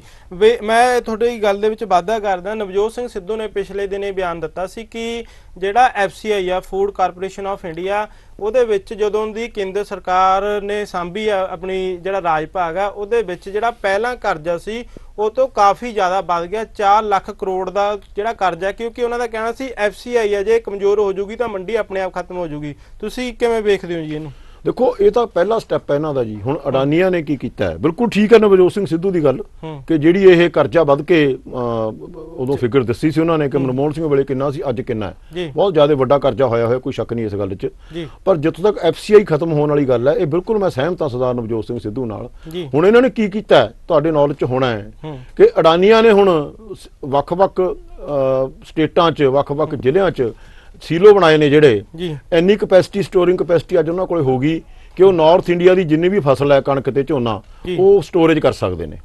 ਔਰ ਅਡਾਨੀ ਦਾ ਬਿਆਨ ਪਿੱਛੇ ਜੇ ਆਇਆ ਸੀ, ਜੀ 'ਚ ਉਹਨੇ ਇਹ ਗੱਲ ਕਹੀ ਹੈ ਕਿ ਜੀ ਮੈਂ ਤਾਂ ਸਿਰਫ FCI ਦੀ ਸਟੋਰੇਜ ਕਰਨੀ ਹੈ, ਮੇਰਾ ਆਪਦਾ ਜਿਹੜਾ ਹੈਗਾ ਕੋਈ ਫਸਲ ਖਰੀਦਣ ਦਾ ਕੋਈ ਕਿਸੇ ਕਿਸਮ ਦਾ ਪ੍ਰੋਗਰਾਮ ਨਹੀਂ ਹੈ, ਮੈਂ ਤਾਂ FCI ਦੀ ਸਟੋਰੇਜ ਕਰਨੀ ਹੈ। ਇਹ ਪਹਿਲਾ ਸਟੈਪ ਹੈ ਕਾਰਪੋਰੇਟ ਦੇ ਹੱਥ ਫਸਲਾਂ ਦੇਣ ਦਾ, ਸਟੋਰੇਜ ਦੇਣ ਦਾ, ਕਿ FCI ਦੀ ਜਿਹੜੀ ਸਾਰੀ ਸਟੋਰੇਜ ਹੈ ਉਹ ਅਡਾਨੀਆਂ ਨੂੰ ਦੇ ਦਿਓ ਜੀ। ਅਗਲਾ ਸਟੈਪ ਇਹ ਹੋਊਗਾ ਕਿ ਜੀ ਹੁਣ ਖਰੀਦ ਵੀ, ਜਿਹੜੇ ਕਿਉਂਕਿ ਸਮਾਨ ਸਾਰਾ ਅਡਾਨੀਆਂ ਕੋਲੇ ਪਿਆ, ਜੇ ਚੌਲ ਛਿੱਲ ਹੋਣੇ ਨੇ ਉਹ ਵੀ ਅਡਾਨੀਆਂ ਨੇ ਕਰਨੇ ਨੇ, ਵੇਚਣੇ ਨੇ ਉਹ ਵੀ ਅਡਾਨੀਆਂ ਨੇ ਵੇਚਣੇ ਨੇ, ਔਰ ਪੂਰੀ ਦੀ ਪੂਰੀ ਸਕੀਮ ਹੈ ਇਹ BJP ਦੀ ਕਿ ਜੀ ਅਸੀਂ ਕਾਰਪੋਰੇਟ ਦੇ ਹੱਥ ਜਿਹੜਾ ਫੂਡ ਬਿਜ਼ਨਸ ਹੈ ਉਹ ਕਾਰਪੋਰੇਟ ਦੇ ਹੱਥ ਸਾਂਭਦੀ ਹੈ, ਭਾਵੇਂ ਉਹ ਖੇਤੀ ਹੈ, ਭਾਵੇਂ ਉਹਦੀ ਮਾਰਕੀਟਿੰਗ ਹੈ ਜੀ। ਆਪਾਂ ਹੁਣ ਗੱਲ ਕਰਦੇ ਹਾਂ ਬਰਾੜ ਸਾਹਿਬ ਪੰਜਾਬ ਸਰਕਾਰ ਦੀ, ਕਿਉਂਕਿ ਪੰਜਾਬ ਸਰਕਾਰ ਵੱਲੋਂ ਤਾਂ ਕਿਹਾ ਜਾ ਰਿਹਾ ਕਿ ਕੇਂਦਰ ਆ ਜਿਹੜਾ ਉਹ ਪੰਜਾਬ ਨੂੰ ਆਰਥਿਕ ਤੌਰ ਤੇ ਸਹਾਇਤਾ ਨਹੀਂ ਦੇ ਰਿਹਾ, ਪਰ ਜੇ ਗੱਲ ਕਰੀਏ ਤਾਂ ਜਿਹੜੇ ਹੁਣ ਨਵੀਂ ਉੱਭਰ ਕੇ ਇੱਕ ਖਬਰ ਸਾਹਮਣੇ ਆ ਰਹੀ ਹੈ ਕਿ ਜਿਹੜੇ ਜ਼ਮੀਨਾਂ ਦੇ ਕਲੈਕਟਰ ਰੇਟ ਨੇ ਉਹਨਾਂ ਵਿੱਚ ਪੰਜਾਬ ਸਰਕਾਰ ਵੱਲੋਂ ਜਿਹੜੀਆਂ ਕੌਂਸਲ ਦੀਆਂ ਚੋਣਾਂ ਉਹਨਾਂ ਤੋਂ ਬਾਅਦ ਵਾਧਾ 2021-22 ਦਾ ਜਿਹੜਾ ਉਹ ਕਰ ਦਿੱਤਾ ਜਾਵੇਗਾ। ਮੈਂ ਬਰਾੜ ਸਾਹਿਬ ਤੁਹਾਨੂੰ ਦੱਸਣਾ ਚਾਹੁੰਦਾ, ਜਿਹੜੇ ਪੇਂਡੂ ਖੇਤਰ ਆ ਉਹਨਾਂ ਵਿੱਚ 10 ਤੋਂ 15%, ਸ਼ਹਿਰੀ ਖੇਤਰ ਆ ਜਿੱਥੇ ਜ਼ਮੀਨ ਆ ਉੱਥੇ 20%, ਜਿਹੜੇ ਕੌਮੀ ਹਾਈਵੇ ਆ ਉੱਥੇ 20 ਤੋਂ 30% ਜ਼ਿਆਦਾ ਜਿਹੜਾ ਇਹ ਡਿਊਟੀ ਆ ਜਿਹੜੀ ਵਧਾ ਦਿੱਤੀ ਜਾਵੇ ਜ਼ਮੀਨਾਂ ਦੇ ਕਲੈਕਟਰ ਰੇਟ। ਕਿਵੇਂ ਵੇਖਦੇ ਹੋ ਜੀ? ਦੇਖੋ ਜੀ, ਜਿਹੜੀ ਕਾਂਗਰਸ ਸਰਕਾਰ ਹੈ, ਕਾਂਗਰਸ ਸਰਕਾਰ ਦਾ ਜੇ 4 ਸਾਲ ਦਾ ਤੁਸੀਂ ਇਹਨਾਂ ਦਾ ਜਿਹੜਾ ਰਿਪੋਰਟ ਕਾਰਡ ਦੇਖੋ, ਇਹਨਾਂ ਨੇ ਕੋਈ ਵੀ ਐਸਾ ਕੰਮ ਨਹੀਂ ਕੀਤਾ ਜਿਹੜਾ ਪਬਲਿਕ ਦੇ ਹੱਕ 'ਚ ਹੋਵੇ ਜੀ। ਸਭ ਤੋਂ ਪਹਿਲਾਂ ਤਾਂ ਕਰਪਸ਼ਨ ਇੰਨੇ ਜ਼ੋਰਾਂ ਤੇ ਹੈ ਇਸ ਸਰਕਾਰ 'ਚ, ਕੋਈ ਵੀ ਮੰਤਰੀ ਹੈ ਨਹੀਂ ਹੈ ਇਹ ਜਿਹੜਾ ਇਹਨਾਂ ਦੇ ਮਾਈਨਿੰਗ ਦੇ ਬਿਜ਼ਨਸ 'ਚ ਨਹੀਂ ਵੜਿਆ ਹੋਇਆ, ਜਾਂ ਸ਼ਰਾਬ ਦੇ ਠੇਕਿਆਂ ਦੇ ਬਿਜ਼ਨਸ 'ਚ ਨਹੀਂ ਵੜਿਆ ਹੋਇਆ, ਜਾਂ ਕਿਸੇ ਕਿਸਮ ਦੀ ਕਾਰੋਬਾਰ ਕਰਕੇ ਉਹ ਕਮਾਈ ਨਹੀਂ ਕਰ ਰਿਹਾ ਜੀ। ਜਿਹਦਾ ਸਭ ਤੋਂ ਵੱਡਾ ਜਿਹੜਾ ਪ੍ਰਮਾਣ ਇਹ ਹੈ ਕਿ ਅੱਜ ਜਿਹੜਾ ਰੈਵਨਿਊ ਹੈ, ਜਿਹੜਾ ਸੈਂਟਰ ਜਿਹੜਾ ਸਟੇਟ ਰੈਵਨਿਊ ਹੈ, ਉਹ 60-65% ਉਹਦੀ ਜਿਹੜੀ ਕਲੈਕਸ਼ਨ ਹੋ ਰਹੀ ਹੈ, 30-35-40% ਜਿਹੜਾ ਰੈਵਨਿਊ ਹੈ ਉਹ ਕਰਪਸ਼ਨ ਦੇ ਜਰੀਏ ਪੋਲੀਟੀਕਲ ਜਿਹੜੇ ਲੋਕ ਨੇ, ਕਾਂਗਰਸੀ ਲੋਕ ਨੇ, ਭਾਵੇਂ ਉਹ ਜਿਹੜੇ ਵੀ ਲੈਵਲ ਦੇ ਹੈਗੇ, ਆਪਦੇ ਤਰੀਕੇ ਨਾਲ ਖਾ ਰਹੇ ਨੇ ਜੀ। ਹੁਣ ਉਦੋਂ ਬਾਅਦ ਇਹਨਾਂ ਨੂੰ ਹੁੰਦਾ ਵੀ ਹੁਣ ਅਸੀਂ ਇਹ ਰੈਵਨਿਊ ਨੂੰ ਪੂਰਾ ਕਿਵੇਂ ਕਰੀਏ, ਜਿਹਦੇ ਕਰਕੇ ਕਦੇ ਤਾਂ ਇਹ ਬਿਜਲੀ ਦੇ ਰੇਟ ਵਧਾਉਂਦੇ ਨੇ। ਹਾਂਜੀ, ਅੱਜ ਬਿਜਲੀ ਦੇ ਰੇਟ ਹਿੰਦੁਸਤਾਨ ਸਭ ਨਾਲੋਂ ਜ਼ਿਆਦਾ ਨੇ ਪਰ ਯੂਨਿਟ, ਜੇ ਤੁਸੀਂ ਉਹਦਾ ਧਿਆਨ ਕਰੋ, ਠੀਕ ਹੈ ਨਾ। ਕਦੇ ਕੋਈ ਇਹ ਅਸੈਸ ਲਾਉਂਦੇ ਨੇ, ਅਸੀਂ ਜੀ 0.25% ਅਸੈਸ ਲਾਤਾ, ਹਰ ਚੀਜ਼ ਤੇ ਪੈਟਰੋਲ ਮਹਿੰਗਾ ਹੋ ਗਿਆ, ਤੁਹਾਡਾ ਸਾਰਾ ਕੁਝ ਮਹਿੰਗਾ ਹੋ ਗਿਆ, ਤਾਂ ਕਿ ਅਸੀਂ ਰੈਵਨਿਊ ਪੂਰਾ ਕਰ ਸਕੀਏ ਜੀ। ਆਪਦਾ ਇਹਨਾਂ ਦਾ ਆਪਦੇ ਕਰਪਸ਼ਨ ਤੇ ਕੰਟਰੋਲ ਨਹੀਂ ਹੈ ਕੈਪਟਨ ਅਮਰਿੰਦਰ ਸਿੰਘ ਦਾ, ਠੀਕ ਹੈ ਨਾ। ਇਹ ਸਭ ਮੈਨੂੰ ਨਹੀਂ ਪਤਾ ਇਸ ਗੱਲ ਦਾ ਵੀ ਕੰਟਰੋਲ ਨਹੀਂ ਹੈ ਜਾਂ ਰਲਿਆ ਹੋਇਆ, ਇਹਦੇ ਬਾਰੇ ਕੁਝ ਨਹੀਂ ਕਿਹਾ ਜਾ ਸਕਦਾ, ਬਟ ਕੰਟਰੋਲ ਨਹੀਂ ਹੈ। ਬੜੇ ਵੱਡੇ ਪੱਧਰ ਤੇ ਕਰਪਸ਼ਨ ਚੱਲ ਰਹੀ ਹੈ। ਮਾਈਨਿੰਗ ਤੁਸੀਂ ਦੇਖੋ, ਘਨੌਰ ਦੀਆਂ ਕਿੰਨੀਆਂ ਅਖਬਾਰਾਂ 'ਚ ਖਬਰਾਂ ਆ ਰਹੀਆਂ ਨੇ ਕਿ 20-20 ਫੁੱਟ 25-25 ਫੁੱਟ ਉਹਨਾਂ ਨੇ ਉੱਥੇ ਟੋਏ ਪੱਟਤੇ, ਜਿਹੜੇ ਕਿ ਸੜਕਾਂ ਦੇ ਨਾਲ ਪੱਟੇ ਨੇ ਔਰ ਐਕਸੀਡੈਂਟ ਦੇ ਵੀ ਕਾਰਨ ਬਣ ਰਹੇ ਨੇ ਜੀ। ਜਿਹਦੇ ਕਰਕੇ ਔਰ ਉੱਥੇ ਜੇ ਕੋਈ ਅਫਸਰ ਜਾਂਦਾ, ਅਫਸਰ ਦੀ ਕੁੱਟਮਾਰ ਹੁੰਦੀ ਹੈ ਔਰ ਉਹਦਾ ਕੋਈ ਪੁਲਿਸ FIR ਨਹੀਂ ਲੌਜ ਹੁੰਦੀ, ਕੁਝ ਨਹੀਂ ਹੁੰਦਾ। ਇਹ ਬੜੀ ਤਰਾਸਦੀ ਹੈ ਕਿ ਕਾਂਗਰਸ ਸਰਕਾਰ 'ਚ ਲੋਕ ਮਾਰੇ ਜਾ ਰਹੇ ਨੇ, ਲੋਕਾਂ ਦੇ ਹੱਕ ਮਾਰੇ ਜਾ ਰਹੇ ਨੇ, ਲੋਕਾਂ ਦੀਆਂ ਜੇਬਾਂ 'ਚੋਂ ਪੈਸੇ ਕੱਢੇ ਜਾ ਰਹੇ ਨੇ। ਫਾਇਦਾ ਕਰਨ ਦੀ ਬਜਾਏ ਕਾਂਗਰਸ ਸਰਕਾਰ ਲੋਕਾਂ ਦਾ ਨੁਕਸਾਨ ਕਰ ਰਹੀ ਹੈ ਇਸ ਜੀ ਗੱਲ ਜੀ 'ਚ। ਜੇਕਰ ਗੱਲ ਕੀਤੀ ਜਾਵੇ ਤਾਂ ਪਿਛਲੇ 4 ਸਾਲਾਂ ਦੇ ਦੌਰਾਨ ਜਿਹੜਾ ਸ੍ਰੀ ਗੁਰੂ ਗ੍ਰੰਥ ਸਾਹਿਬ ਮਹਾਰਾਜ ਦਾ ਬੇਅਦਬੀ ਦਾ ਮਾਮਲਾ ਹੋਵੇ ਜਾਂ ਉਹ ਨਸ਼ਿਆਂ ਦੇ ਜਿਹੜਾ ਖਾਤਮੇ ਦਾ ਮਾਮਲਾ ਹੋਵੇ ਜਾਂ ਪੰਜਾਬ ਦੀ ਆਰਥਿਕਤਾ ਦਾ ਜਾਂ ਜਿਹੜੀ ਪੰਜਾਬ ਦੀ ਬੇਰੁਜ਼ਗਾਰੀ ਵੱਧ ਰਹੀ ਆ, ਉਹ ਜਿਹੜੇ ਸਾਰੇ ਤੁਸੀਂ ਇਹ ਮਸਲਿਆਂ ਦਾ ਜੇ ਤੁਸੀਂ ਇੱਕ ਆਪਣੀ ਪਾਰਟੀ ਵੱਲੋਂ ਜਾਂ ਨਿੱਜੀ ਤੌਰ ਤੇ ਮੁਲਾਂਕਣ ਕਿਵੇਂ ਕਰਦੇ ਹੋ ਜੀ?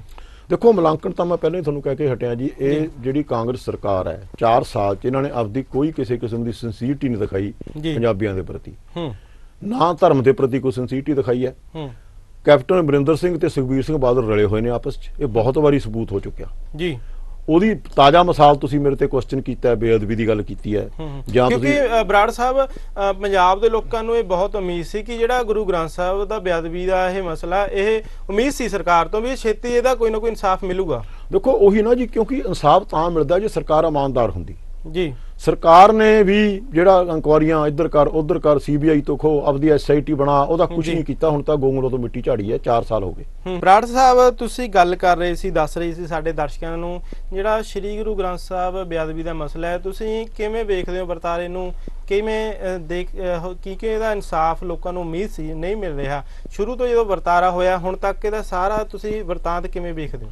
ਦੇਖੋ ਜੀ, ਇਹ ਜਿਹੜੀ ਬੇਅਦਬੀ ਦੀ ਜਿਹੜੀ ਇਹਦੀ ਰੂਟ ਕਾਜ਼ ਕੀ ਸੀ, ਆਪਾਂ ਉਹਦੇ ਤੇ ਜਾਈਏ ਜੀ। ਇਹਦੀ ਰੂਟ ਕਾਜ਼ ਇਹ ਸੀ ਕਿ ਸਰਸੇ ਵਾਲੇ ਨੂੰ ਬਾਦਲਾਂ ਨੇ ਮਾਫੀ ਦਿੱਤੀ ਜੀ, ਔਰ ਮਾਫੀ ਵੀ ਉਹ ਵੀ ਅਕਾਲ ਤਖਤ ਤੋਂ ਵੱਲੋਂ ਦਵਾਈ। ਉਹ ਮੈਂ ਉਸੇ ਗੱਲ ਤੇ ਆ ਰਿਹਾ, ਮਾਫੀ ਵੀ ਇਸ ਤਰੀਕੇ ਨਾਲ ਦਿੱਤੀ ਕਿ ਥੱਲੇ ਡਿੱਗ ਕੇ ਆਪ ਚਿੱਠੀ ਲਿਖ ਕੇ ਉਹ ਆਪ ਪੇਸ਼ ਵੀ ਨਹੀਂ ਹੋਇਆ, ਔਰ ਅਕਾਲ ਤਖਤ ਦੇ ਜਥੇਦਾਰ ਸਹਿਬਾਨ ਨੂੰ ਆਪਦੇ ਘਰੇ ਬੁਲਾ ਕੇ ਉਹ ਮਾਫੀ ਦਿੱਤੀ, ਜਿਹਦੀ ਇੰਨੀ ਜ਼ਿਆਦਾ ਕ੍ਰਿਟਿਸਿਜ਼ਮ ਹੋਇਆ ਕਿ ਇਹਨਾਂ ਨੂੰ ਉਹ ਵਾਪਸ ਲੈਣੀ ਪਈ ਜੀ। ਠੀਕ ਹੈ ਨਾ।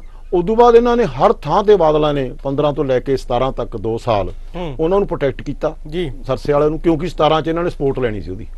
ਠੀਕ ਆ, ਅਸੀਂ ਵੀ ਉਦੋਂ ਹਿੱਸਾ ਸੀ ਉਸ ਗੱਲ ਦਾ, ਪਰ ਚਲੋ ਉਹ ਚ ਇਹਨਾਂ ਨੇ ਜੀ 17 ਤੱਕ ਇਹਨਾਂ ਨੇ ਉਹਦੀ ਪੂਰੀ ਉਹਦੀ ਜਿਹੜੀ ਸਪੋਰਟ ਕੀਤੀ, ਔਰ ਉਹ ਇੰਨਾ ਮੱਛਰ ਗਏ, ਇੰਨਾ ਚੰਬਲ ਗਏ ਉਹ ਕਿ ਸਾਨੂੰ ਹੁਣ ਕੋਈ ਹੱਥ ਪਾਉਣ ਵਾਲਾ ਨਹੀਂ, ਔਰ ਉਹਨਾਂ ਨੇ ਬੇਅਦਬੀਆਂ ਤੱਕ ਦੀ ਜਿਹੜੀ ਘਿਨਾਉਣੀ ਜਿਹੜੀਆਂ ਘਟਨਾਵਾਂ ਨੇ ਉਹਨਾਂ ਨੇ ਅਮਲੀ ਰੂਪ ਦੇਤਾ ਜੀ। ਜਦੋਂ ਲੋਕਾਂ ਨੇ ਉਹਦਾ ਇਤਰਾਜ਼ ਕੀਤਾ, ਠੀਕ ਹੈ ਨਾ, ਧਰਨੇ ਲੱਗੇ, ਸਿੱਖਾਂ ਦੇ ਮਨ ਬਲੂੰਦੇ ਗਏ, ਔਰ ਉਹਨਾਂ ਨੇ ਜਾ ਕੇ ਜਦੋਂ ਪ੍ਰੋਟੈਸਟ ਕੀਤੇ ਤਾਂ ਇਹਨਾਂ ਨੇ ਗੋਲੀਆਂ ਮਾਰ ਕੇ, ਇਹਨਾਂ ਦੀ ਪੁਲਿਸ ਨੇ ਜਿਹੜੀ ਇੰਨੀ ਹੈਂਕੜੀ ਹੋਈ ਸੀ ਪੁਲਿਸ ਇਹਨਾਂ ਦੀ, ਸਮੇਤ ਸੈਣੀ ਦੀ ਕਮਾਂਡ 'ਚ, ਉਮਰਾ ਨੰਗਲ ਦੀ ਜਿਹੜਾ ਉਹਦੀ 'ਚ ਜਿਹੜੀ ਕਮਾਂਡ ਸੀ, ਉਹ ਦੂਜੇ ਜਿਹੜੇ ਹੋਰ ਪੁਲਿਸ ਅਫਸਰ ਸੀਗੇ, ਇੰਨਾ ਚਾਂਬਲੇ ਹੋਏ ਸੀ ਉਹ ਕਿ ਉਹਨਾਂ ਨੇ ਬਗੈਰ ਕੋਈ ਸ਼ਾਂਤੀ ਨਾਲ ਗੁਰਬਾਣੀ ਦਾ ਜਾਪ ਕਰਦੇ ਹੋਏ 2 ਜਿਹੜੇ ਮੁੰਡੇ ਸੀ ਸਿੰਘ ਸੀ ਸ਼ਹੀਦ ਕਰਤੇ, ਨੌਜਵਾਨ ਜੀ। ਠੀਕ ਹੈ ਨਾ ਜੀ।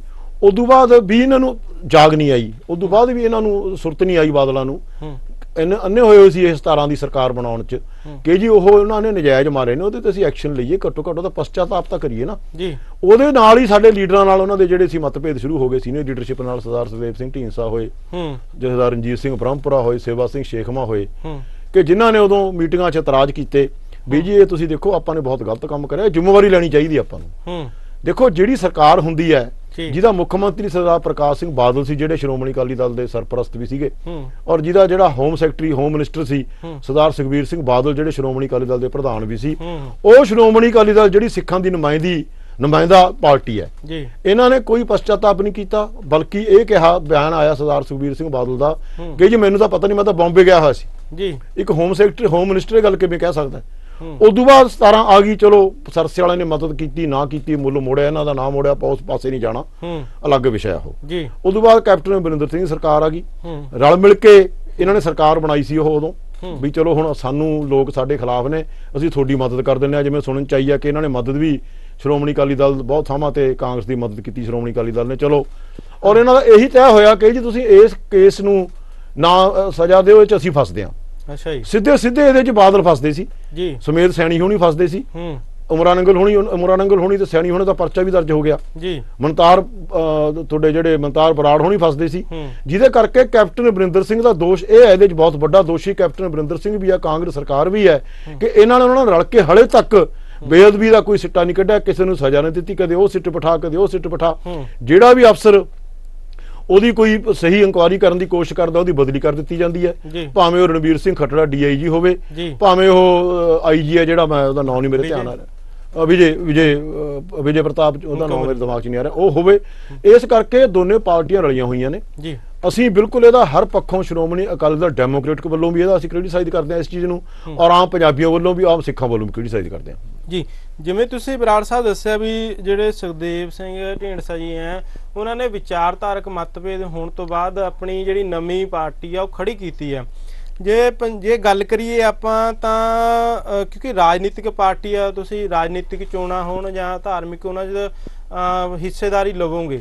ਮੈਂ ਤੁਹਾਡੇ ਕੋਲੋਂ ਇਹ ਸਵਾਲ ਪੁੱਛਦਾ, ਜਿਹੜੀ ਸ਼੍ਰੋਮਣੀ ਗੁਰਦੁਆਰਾ ਪ੍ਰਬੰਧਕ ਕਮੇਟੀ ਜਾਂ ਦਿੱਲੀ ਗੁਰਦੁਆਰਾ ਪ੍ਰਬੰਧਕ ਕਮੇਟੀ ਦੀਆਂ ਜਿਹੜੀਆਂ ਚੋਣਾਂ ਆ ਰਹੀਆਂ ਉਹਦੇ ਵਿੱਚ ਤੁਹਾਡੀ ਕਿੰਨੀ ਕੁ ਦਿਲਚਸਪੀ ਰਹੇਗੀ, ਕੀ ਰਣਨੀਤੀ ਰਹੇਗੀ? ਨਾਲ ਸਵਾਲ ਇਹ ਵੀ ਆ ਕਿ ਬਹੁਤ ਲੰਬਾ ਸਮਾਂ ਹੋ ਗਿਆ ਜਿਹੜੀਆਂ ਇਹ ਇਲੈਕਸ਼ਨ ਹੈ, ਕਿਹਾ ਜਾ ਰਿਹਾ ਵੀ ਜਲਦੀ ਹੋਣਗੀਆਂ, ਪਰ ਇਹਨਾਂ ਦੀ ਡੇਟ ਨਹੀਂ ਆ ਰਹੀ ਇਲੈਕਸ਼ਨਾਂ ਦੀ।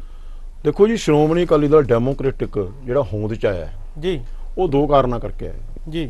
ਇੱਕ ਤਾਂ ਧਰਮ ਦੀ ਜਿਹੜੀ ਇਹ ਬੇਅਦਬੀਆਂ ਦੀ ਗੱਲ ਕਰੀਏ, ਧਰਮ ਦੀ ਬੇਇੱਜ਼ਤੀ ਕਹਿ ਲਓ ਆਪਾਂ, ਜਿਹੜੀ ਇਹਨਾਂ ਦੇ ਸਰਕਾਰਾਂ 'ਚ ਕਾਂਗਰਸ 'ਚ ਵੀ ਹੋਈ ਹੈ ਔਰ ਅਕਾਲੀ ਦਲ ਬਾਦਲ 'ਚ ਵੀ ਹੋਈ ਹੈ। ਆਪਾਂ ਅਕਾਲੀ ਦਲ ਬਾਦਲ ਦੀ ਗੱਲ ਕਰੀਏ, ਅਕਾਲੀ ਦਲ ਬਾਦਲ ਦੀ ਜਿਹੜੀ ਇਸ ਧਰਮ ਦੀ ਜਿਹੜੀ ਬੇਇੱਜ਼ਤੀ, ਧਰਮ ਦਾ ਜਿਹੜਾ ਮਾਨ ਸਨਮਾਨ ਤੋਂ ਸਮਝ ਲਓ ਤਿੜਕਣਾ, ਔਰ ਦੂਸਰਾ ਅਕਾਲ ਤਖਤ ਦੀ ਜਿਹੜੀ ਮਾਨ ਮਰਿਆਦਾ ਹੈ ਉਹਨੂੰ ਬੇਹਾਲ ਕਰਨਾ, ਉਹਨੂੰ ਜ਼ਿਆਦਾ ਦੁਬਾਰਾ ਅਸੀਂ ਜਿਹੜਾ ਉਸ ਚੀਜ਼ ਨੂੰ, ਦੋਨਾਂ ਚੀਜ਼ਾਂ ਤੇ ਸਾਡਾ ਜ਼ੋਰ ਹੈ ਕਿ ਸ਼੍ਰੋਮਣੀ ਗੁਰਦੁਆਰਾ ਪ੍ਰਬੰਧਕ ਕਮੇਟੀ ਜਿਹੜਾ ਪ੍ਰਬੰਧ ਹੈ, ਜਿਹੜਾ ਪ੍ਰਬੰਧ ਨਹੀਂ ਕੁਪ੍ਰਬੰਧ ਕਹਿ ਸਕਦੇ ਹਾਂ, ਕਰਪਸ਼ਨ ਦਾ ਜ਼ੋਰ ਹੈ, ਬਾਦਲਾਂ ਦਾ ਉੱਥੇ ਹੁਕਮ ਚੱਲਦਾ ਹੈ, ਉਹ ਸਾਰੇ ਚੀਜ਼ ਨੂੰ ਚੈਲੰਜ ਕਰਕੇ ਅਸੀਂ ਖਤਮ ਕਰਨਾ ਚਾਹੁੰਦੇ ਹਾਂ। ਔਰ ਸ਼੍ਰੀ ਅਕਾਲ ਤਖਤ ਸਾਹਿਬ ਦੀ ਜਿਹੜੀ ਮਰਿਆਦਾ ਹੈ ਉਹਨੂੰ ਬਹਾਲ ਕਰਨਾ ਚਾਹੁੰਦੇ ਹਾਂ।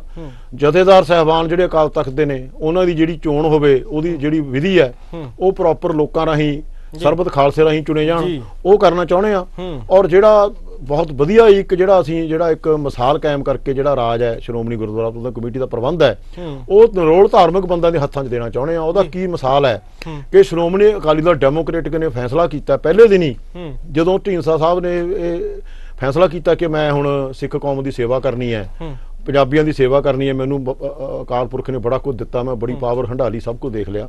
ਤਾਂ ਉਹਨਾਂ ਨੇ ਦੋ ਐਲਾਨ ਕੀਤੇ ਸੀ ਜਦੋਂ ਇਹ 2019 ਦਸੰਬਰ 'ਚ 99 ਸਾਲਾ ਸ਼੍ਰੋਮਣੀ ਅਕਾਲੀ ਦਲ ਦਾ ਮਨਾਇਆ ਹੈ। ਇੱਕ ਤਾਂ ਇਹਨਾਂ ਨੇ ਇਹ ਐਲਾਨ ਕੀਤਾ ਸੀ ਕਿ ਜੀ ਜਿਹੜਾ ਵੀ ਬੰਦਾ ਧਾਰਮਿਕ ਚੋਣ ਲੜੂਗਾ ਉਹ ਕੋਈ ਪੋਲੀਟੀਕਲ ਅਹੁਦਾ ਨਹੀਂ ਲੈ ਸਕਦਾ ਪਾਰਟੀ 'ਚ, ਔਰ ਕੋਈ ਚੋਣ ਨਹੀਂ ਲੜ ਸਕਦਾ। ਨਿਰੋਲ ਧਾਰਮਿਕ ਜਿਹੜੇ ਪ੍ਰਵਿਰਤੀ ਦੇ ਲੋਕ ਨੇ ਉਹ ਐਸਜੀਪੀਸੀ ਦੀ ਇਲੈਕਸ਼ਨ ਲੜ ਕੇ ਉਹਦਾ ਪ੍ਰਬੰਧ ਚਲਾਉਣਗੇ। ਠੀਕ ਹੈ ਜੀ। ਦੂਸਰਾ ਸਰਦਾਰ ਸੁਖਦੇਵ ਸਿੰਘ ਢੀਂਡਸਾ ਨੇ ਐਲਾਨ ਕੀਤਾ ਸੀ ਕਿ ਮੈਂ ਕੋਈ ਵੀ ਚੋਣ, ਨਾ ਅਸੈਂਬਲੀ, ਨਾ ਐਸਜੀਪੀਸੀ, ਨਾ ਪਾਰਲੀਮੈਂਟ, ਮੈਂ ਕੋਈ ਚੋਣ ਨਹੀਂ ਲੜੂੰਗਾ, ਮੈਂ ਸਿਰਫ ਜਿਹੜੀ ਹੈਗੀ ਪਾਰਟੀ ਦੀ ਦੇਖ ਰੇਖ ਕਰਕੇ ਪਾਰਟੀ ਨੂੰ ਚਲਾਉਣ ਦੀ ਕੋਸ਼ਿਸ਼ ਕਰੂੰਗਾ, ਸਹੀ ਲੀਹਾਂ ਤੇ ਲਿਆਉਣ ਦੀ ਸ਼੍ਰੋਮਣੀ ਅਕਾਲੀ ਦਲ ਨੂੰ ਕੋਸ਼ਿਸ਼ ਕਰੂੰਗਾ।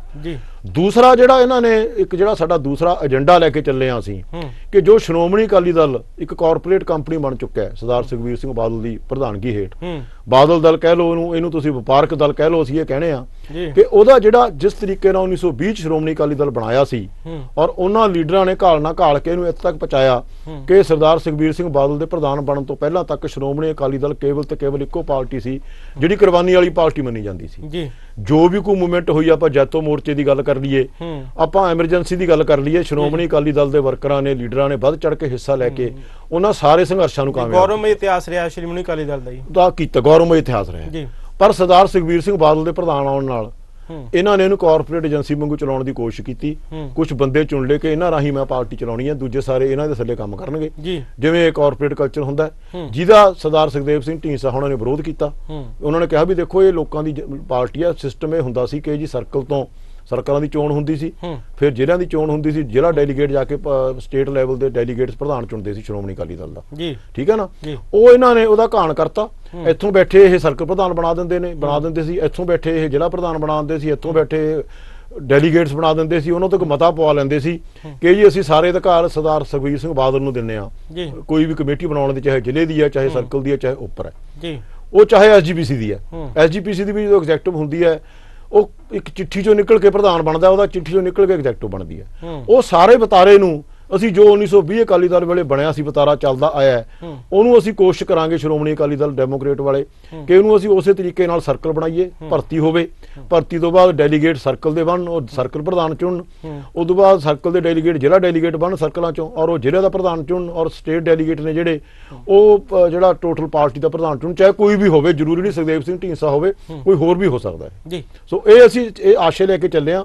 ਵਾਹਿਗੁਰੂ ਦਾ ਸਾਥ, ਅਕਾਲ ਪੁਰਖ ਦਾ ਸਾਥ ਸਾਡੇ ਨਾਲ ਰਹੇ, ਆਸ਼ੀਰਵਾਦ ਰਹੇ, ਔਰ ਲੋਕਾਂ ਦਾ ਸਾਥ ਰਹੇ, ਇਹ ਵਸ਼ ਪੂਰਾ ਕਰਾਂਗੇ। ਬਰਾੜ ਸਾਹਿਬ, ਕਾਫੀ ਲੰਬੇ ਸਮੇਂ ਤੋਂ ਵੇਖਿਆ ਜਾ ਰਿਹਾ ਰਾਜਨੀਤਿਕ ਪਾਰਟੀਆਂ ਵੱਲੋਂ ਵੀ, ਧਾਰਮਿਕ ਪਾਰਟੀਆਂ ਵੱਲੋਂ ਵੀ, ਵੋਟਾਂ ਕਦੋਂ ਆ ਰਹੀਆਂ ਨੇ, ਇਹ ਵੱਡਾ ਸਵਾਲ ਹੈ ਕਿਉਂਕਿ ਕਾਫੀ ਲੰਬਾ ਸਮਾਂ ਹੋ ਗਿਆ ਸ਼੍ਰੋਮਣੀ ਗੁਰਦੁਆਰਾ ਪ੍ਰਬੰਧਕ ਕਮੇਟੀ ਦੀਆਂ ਜਿਹੜਾ ਚੋਣਾਂ ਉਹ ਨਹੀਂ ਹੋਈਆਂ। ਇਹਦੇ 'ਚ ਵੀ ਨਾ ਜੀ ਇੱਕ ਬੜੀ ਵੱਡਾ, ਇਹ 2011 'ਚ ਚੋਣਾਂ ਹੋਈਆਂ ਸੀ, 11 ਤੋਂ ਬਾਅਦ ਹੁਣ ਚੋਣਾਂ ਹੋਣਗੀਆਂ ਜਦੋਂ ਵੀ ਕਿਤੇ ਇਹ ਕੈਪਟਨ ਅਮਰਿੰਦਰ ਸਿੰਘ ਦੀ ਕਿਰਪਾ ਹੋਊਗੀ ਚੋਣਾਂ ਕਰਾਉਣ ਦੀ।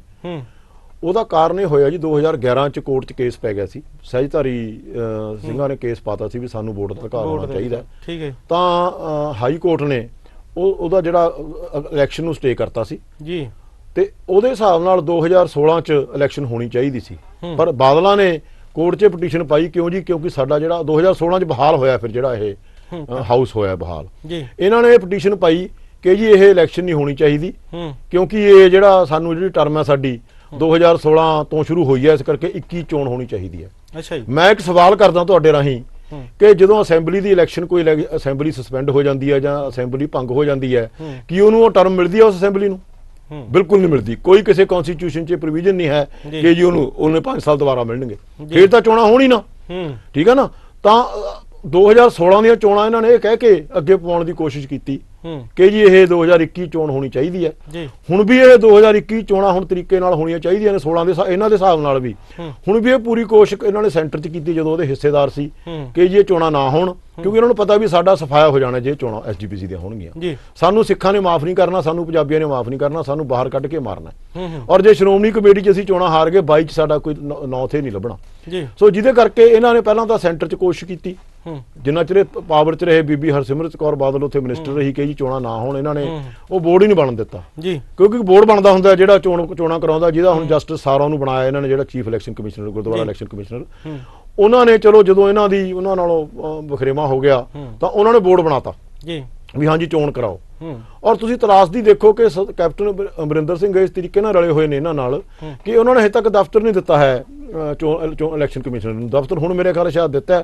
ਹੁਣ ਉਹ ਚੋਣਾਂ ਉਹਨਾਂ ਦਾ ਮਕਸਦ ਇੱਕੋ ਹੀ ਆ ਕਿ 22 ਤੋਂ ਪਹਿਲਾਂ ਇਹ ਚੋਣਾਂ ਨਾ ਹੋਣ, 22 ਦੀਆਂ ਚੋਣਾਂ ਤੋਂ ਬਾਅਦ ਇਹ ਚੋਣਾਂ ਹੋਣ ਤਾਂ ਕਿ ਸਾਡਾ ਸ਼ਾਇਦ ਮਾੜਾ ਮੋਟਾ ਕੋਈ ਜਿਹੜਾ ਖੁਸ਼ੀ ਹੋਈ ਜ਼ਮੀਨ ਹੈ ਉਹ ਸਾਨੂੰ ਮਿਲ ਸਕੇ। ਇਸ ਕਰਕੇ ਇਹ ਚੋਣਾਂ ਲੇਟ ਹੋਈਆਂ ਨੇ ਜੀ। ਬਰਾੜ ਸਾਹਿਬ, ਜਿਵੇਂ ਤੁਹਾਡੇ ਵਿਚਾਰਧਾਰਾ ਹੈ ਜਿਹੜੀ ਤੁਹਾਡੀ, ਜਿਵੇਂ ਜੇਕਰ ਗੱਲ ਕਰੀਏ ਤਾਂ ਸਾਬਕਾ ਜਥੇਦਾਰ ਰਣਜੀਤ ਸਿੰਘ ਹੋਣ ਜਾਂ ਬਲਦੇਵ ਸਿੰਘ ਬਡਾਲਾ ਜਿਹੜੇ ਰਾਗੀ ਭਾਈ ਸਾਹਿਬ ਨੇ, ਉਹਨਾਂ ਦੇ ਵਿਚਾਰਧਾਰਾ ਕਿਤੇ ਨਾ ਕਿਤੇ ਤੁਹਾਡੇ ਨਾਲ ਰਲਦੀ ਮਿਲਦੀ ਨਜ਼ਰ ਆ ਰਹੀ ਹੈ। ਕੀ ਤੁਹਾਡੀ ਭਵਿੱਖ ਵਿੱਚ ਰਣਨੀਤੀ ਰਹੇਗੀ ਜਿਹੜੀਆਂ ਸ਼੍ਰੋਮਣੀ ਗੁਰਦੁਆਰਾ ਪ੍ਰਬੰਧਕ ਕਮੇਟੀ ਜਾਂ ਦਿੱਲੀ ਗੁਰਦੁਆਰਾ ਪ੍ਰਬੰਧਕ ਕਮੇਟੀ ਦੀਆਂ ਜਿਹੜੀਆਂ ਵੋਟਾਂ, ਕਿਉਂਕਿ ਉਹਨਾਂ ਦਾ ਏਜੰਡਾ ਤੁਹਾਡੇ ਨਾਲ ਮਿਲਦਾ, ਤੁਸੀਂ ਇਹਨਾਂ ਦੇ ਸਹਿਯੋਗ ਨਾਲ ਜਿਹੜੀ ਇਲੈਕਸ਼ਨ ਹੈ ਲੜੋਗੇ ਜੀ?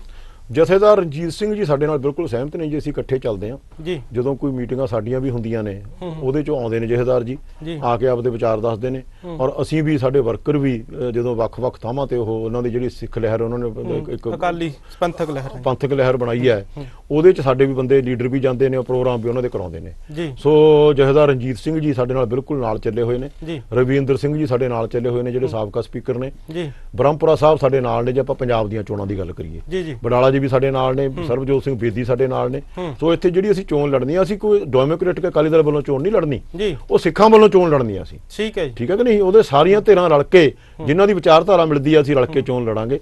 ਦੂਸਰਾ, ਦਿੱਲੀ ਜੇ ਚੋਣ ਦੀ ਗੱਲ ਕਰੀਏ ਉੱਥੇ ਵੀ ਇਹੀ ਸਰਦਾਰ ਸੁਖਦੇਵ ਸਿੰਘ ਢੀਂਡਸਾ ਦੀ ਪੂਰੀ ਕੋਸ਼ਿਸ਼ ਹੈ ਕਿ ਸਰਨਾ ਅਕਾਲੀ ਦਲ, ਦਿੱਲੀ ਅਕਾਲੀ ਦਲ ਜਿਹੜਾ ਸਰਨਾ ਜੀ ਦਾ ਪ੍ਰਧਾਨ ਹੈ, ਜੀਕੇ ਦਾ ਜਿਹੜਾ ਜਾਗੋ ਪਾਰਟੀ ਹੈ, ਜਥੇਦਾਰ ਰਣਜੀਤ ਸਿੰਘ ਜੀ ਦਾ ਦਿੱਲੀ 'ਚ ਬਹੁਤ ਆਧਾਰ ਹੈ, ਔਰ ਬਡਾਲਾ ਜਿਹੜੇ ਆਪਣੇ ਬਡਾਲਾ ਸਾਹਿਬ ਨੇ ਉਹਨਾਂ ਦਾ ਆਧਾਰ ਹੈ ਕਿ ਸਾਰਾ ਨਾਲ ਰਲ ਕੇ ਕੋਈ ਸਾਡਾ ਜਿਹੜਾ ਆਪਦਾ ਗਰੁੱਪ ਹੈ ਸ਼੍ਰੋਮਣੀ ਅਕਾਲੀ ਦਲ ਡੈਮੋਕ੍ਰੈਟਿਕ ਦਾ, ਸਾਰੇ ਰਲ ਕੇ ਉੱਥੇ ਚੋਣ ਲੜੀਏ। ਔਰ ਚੋਣ ਲੜ ਕੇ ਇਹਨਾਂ ਨੂੰ ਜਿਹੜਾ ਬਾਦਲਾਂ ਨੂੰ ਦਿੱਲੀੋਂ ਭਜਾਈਏ ਪਹਿਲਾਂ, ਫਿਰ ਅਸੈਂਬਲੀ, ਜੇ ਅਸੈਂਬਲੀ ਪਹਿਲਾਂ ਹੋ ਜਾਂਦੀ ਹੈ ਅਸੈਂਬਲੀ 'ਚ ਭਜਾਈਏ, ਜੇ ਐਸਜੀਪੀਸੀ ਪਹਿਲਾਂ ਐਸਪੀ 'ਚ ਭਜਾਈਏ, ਤਾਂ ਕਿ ਲੋਕ ਕੋਈ ਰਾਹਤ ਦੀ ਸਾਹ ਲੈ ਸਕਣ।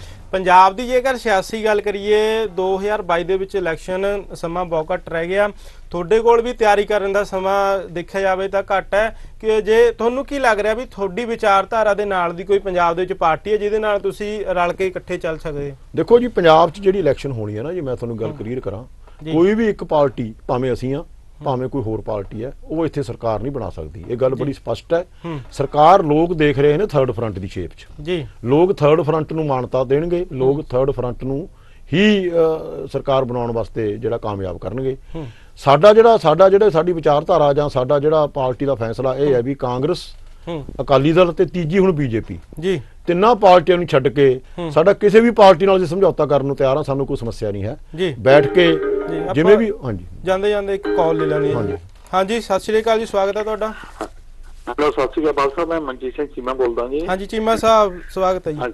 ਅੱਛਾ ਭਾਜੀ ਉਹਨਾਂ ਨਾ ਮੈਂ ਇੱਕ ਦੇਖੋ ਬੜੇ ਬਿਆਨ ਦੇ ਰਹੇ ਆਪਣੇ ਜੀ ਅਸੀਂ ਜੀ ਇਲੈਕਸ਼ਨ ਲੜਨੀ ਦਿੱਲੀ ਉਹਨਾਂ ਨਾਲ ਜੀ ਸਰਨੇ ਉਹਨਾਂ ਨਾਲ ਰਲ ਕੇ ਹੈ ਜੀ ਤੇ ਬਾਦਲਾਂ ਨੂੰ ਲਾਉਣਾ। ਦੇਖੋ ਤੁਸੀਂ ਫਿਰ ਤੁਹਾਨੂੰ ਬਾਦਲਾਂ ਤਾਂ ਸਰਨੇ ਚ ਤੁਹਾਨੂੰ ਕੋਈ ਫਰਕ ਹੀ ਨਹੀਂ ਦਿੰਦਾ, ਤੇ ਤੁਹਾਡੇ ਵੀ ਐਨਕ ਲੱਗੀ ਆ ਉਹ ਹਰੀ ਸਮਝ ਨਹੀਂ। ਦੇਖੋ ਤੁਸੀਂ ਜੇ ਕੁਝ ਕਰਨਾ ਆ ਇੰਡੀਪੈਂਡੈਂਟ ਹੋ ਕੇ ਕਰੋ, ਕਿਸੇ ਇੱਕ ਰਾਹ ਦਿਓ, ਨਹੀਂ ਤਾਂ ਫਿਰ ਇਹ ਆ ਕੀ ਹੋਇਆ ਵੀ ਮੂੰਹ ਨਾਲ ਲਾ ਕੇ ਨੱਕ ਨਾਲ ਲਾ ਕੇ ਮੂੰਹ ਨਾਲ ਲਾ ਲਈ। ਦੇਖ ਵੀਰ ਮੇਰਿਆ ਤੁਹਾਨੂੰ ਦੇਖੋ ਤੁਸੀਂ ਕੌਮ ਦਾ ਸੋਚਦੇ ਆ ਤਾਂ ਚੰਗੀ ਤਰ੍ਹਾਂ ਸੋਚੋ। ਆ ਤਾਂ ਫਿਰ ਢੀਂਡਸੇ ਹੋਣੀ ਉਹ ਹੀ ਬਾਦਲਾਂ ਤਾਂ ਢੀਂਡਸੇ ਹੋਣਾ ਚ ਕੋਈ ਫਰਕ ਨਹੀਂ, ਇਹ ਤੁਹਾਨੂੰ ਭੁਲੇਖੇ ਆ ਤੁਹਾਡੇ ਦਿਲਾਂ ਦੇ। ਦੇਖੋ ਹੁਣ ਜਿੰਨੀ ਵੀ ਤੁਸੀਂ ਇਹ ਢੀਂਡਸੇ ਹੋਣੀ ਬਾਦਲ ਹੋਣਾ ਦੇ ਡੋਡੂ ਚੱਕੀ ਫਿਰਦੇ ਸੀ। ਜੀ ਜੀ ਚੀਮਾ ਜੀ ਆਪਣੇ ਕੋਲ ਨਾ ਸਮਾਂ ਘੱਟ ਆ ਸ਼ੋਅ ਦਾ, ਤੁਸੀਂ ਜਲਦੀ ਥੋੜਾ ਜਿਹਾ ਪੁੱਛ ਲਓ ਜੀ।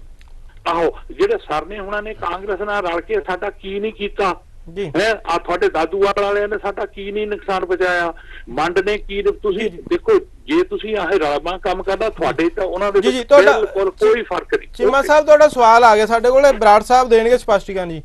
ਬਰਾੜ ਸਾਹਿਬ ਕੀ ਕਹਿਣਾ ਚਾਹੋਗੇ ਜਾਂਦੇ ਕਿਉਂਕਿ ਸਮਾਂ 1-2 ਮਿੰਟ ਦਾ ਹੀ। ਹਾਂ ਚੀਮਾ ਸਾਹਿਬ ਬੇਨਤੀ ਇਹ ਸੀ ਕਿ ਅਸੀਂ ਇਹੀ ਕੋਸ਼ਿਸ਼ ਕਰ ਰਹੇ ਹਾਂ, ਸਾਨੂੰ ਵੀ ਪਤਾ ਹੈ ਜੋ ਵੀ ਜਿਹਦਾ ਕਿਰਦਾਰ ਹੈਗਾ ਜੀ ਕਿ ਵੋਟਾਂ ਪਾੜਨ ਤੋਂ ਕਿਵੇਂ ਰੋਕੀਆਂ ਜਾ ਸਕਣ।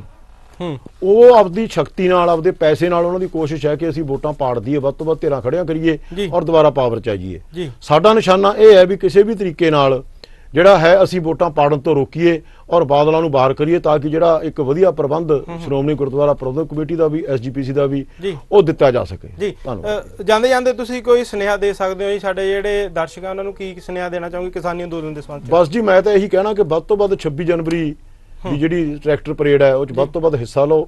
ਜਿਹੜੇ ਦਿੱਲੀ ਜਾ ਸਕਦੇ ਨੇ ਦਿੱਲੀ ਜਾਓ, ਜਿਹੜੇ ਨਹੀਂ ਦਿੱਲੀ ਜਾ ਸਕਦੇ ਇੱਥੇ ਵੀ ਟਰੈਕਟਰ ਪਰੇਡਾਂ ਨਿਕਲਣਗੀਆਂ, ਉਹਦੇ ਸ਼ਾਮਲ ਹੋਵੋ। ਸ਼ਾਮਲ ਹੋ ਕੇ ਕਿਸਾਨੀ ਅੰਦੋਲਨ ਦਾ ਵੱਧ ਤੋਂ ਵੱਧ ਸਮਰਥਨ ਕਰੋ। ਭਾਵੇਂ ਤੁਸੀਂ ਫਿਜ਼ੀਕਲ ਤੌਰ ਤੇ ਸਮਰਥਨ ਕਰ ਸਕਦੇ ਹੋ, ਭਾਵੇਂ ਮਾਨਸਿਕ ਤੌਰ ਤੇ ਕਰ ਸਕਦੇ ਹੋ, ਭਾਵੇਂ ਫਾਈਨੈਂਸ਼ੀਅਲ ਤੌਰ ਤੇ। ਵੈਸੇ ਫਾਈਨੈਂਸ਼ੀਅਲ ਤੌਰ ਤੇ ਬਹੁਤ ਵੱਡੀ ਪ੍ਰਾਪਤੀ ਆ ਉੱਥੇ, ਪਰ ਫਿਰ ਵੀ ਤੁਸੀਂ ਜਿੰਨਾ ਵੀ ਜਿਵੇਂ ਵੀ ਆਪਦਾ ਯੋਗਦਾਨ ਪਾ ਸਕਦੇ ਹੋ।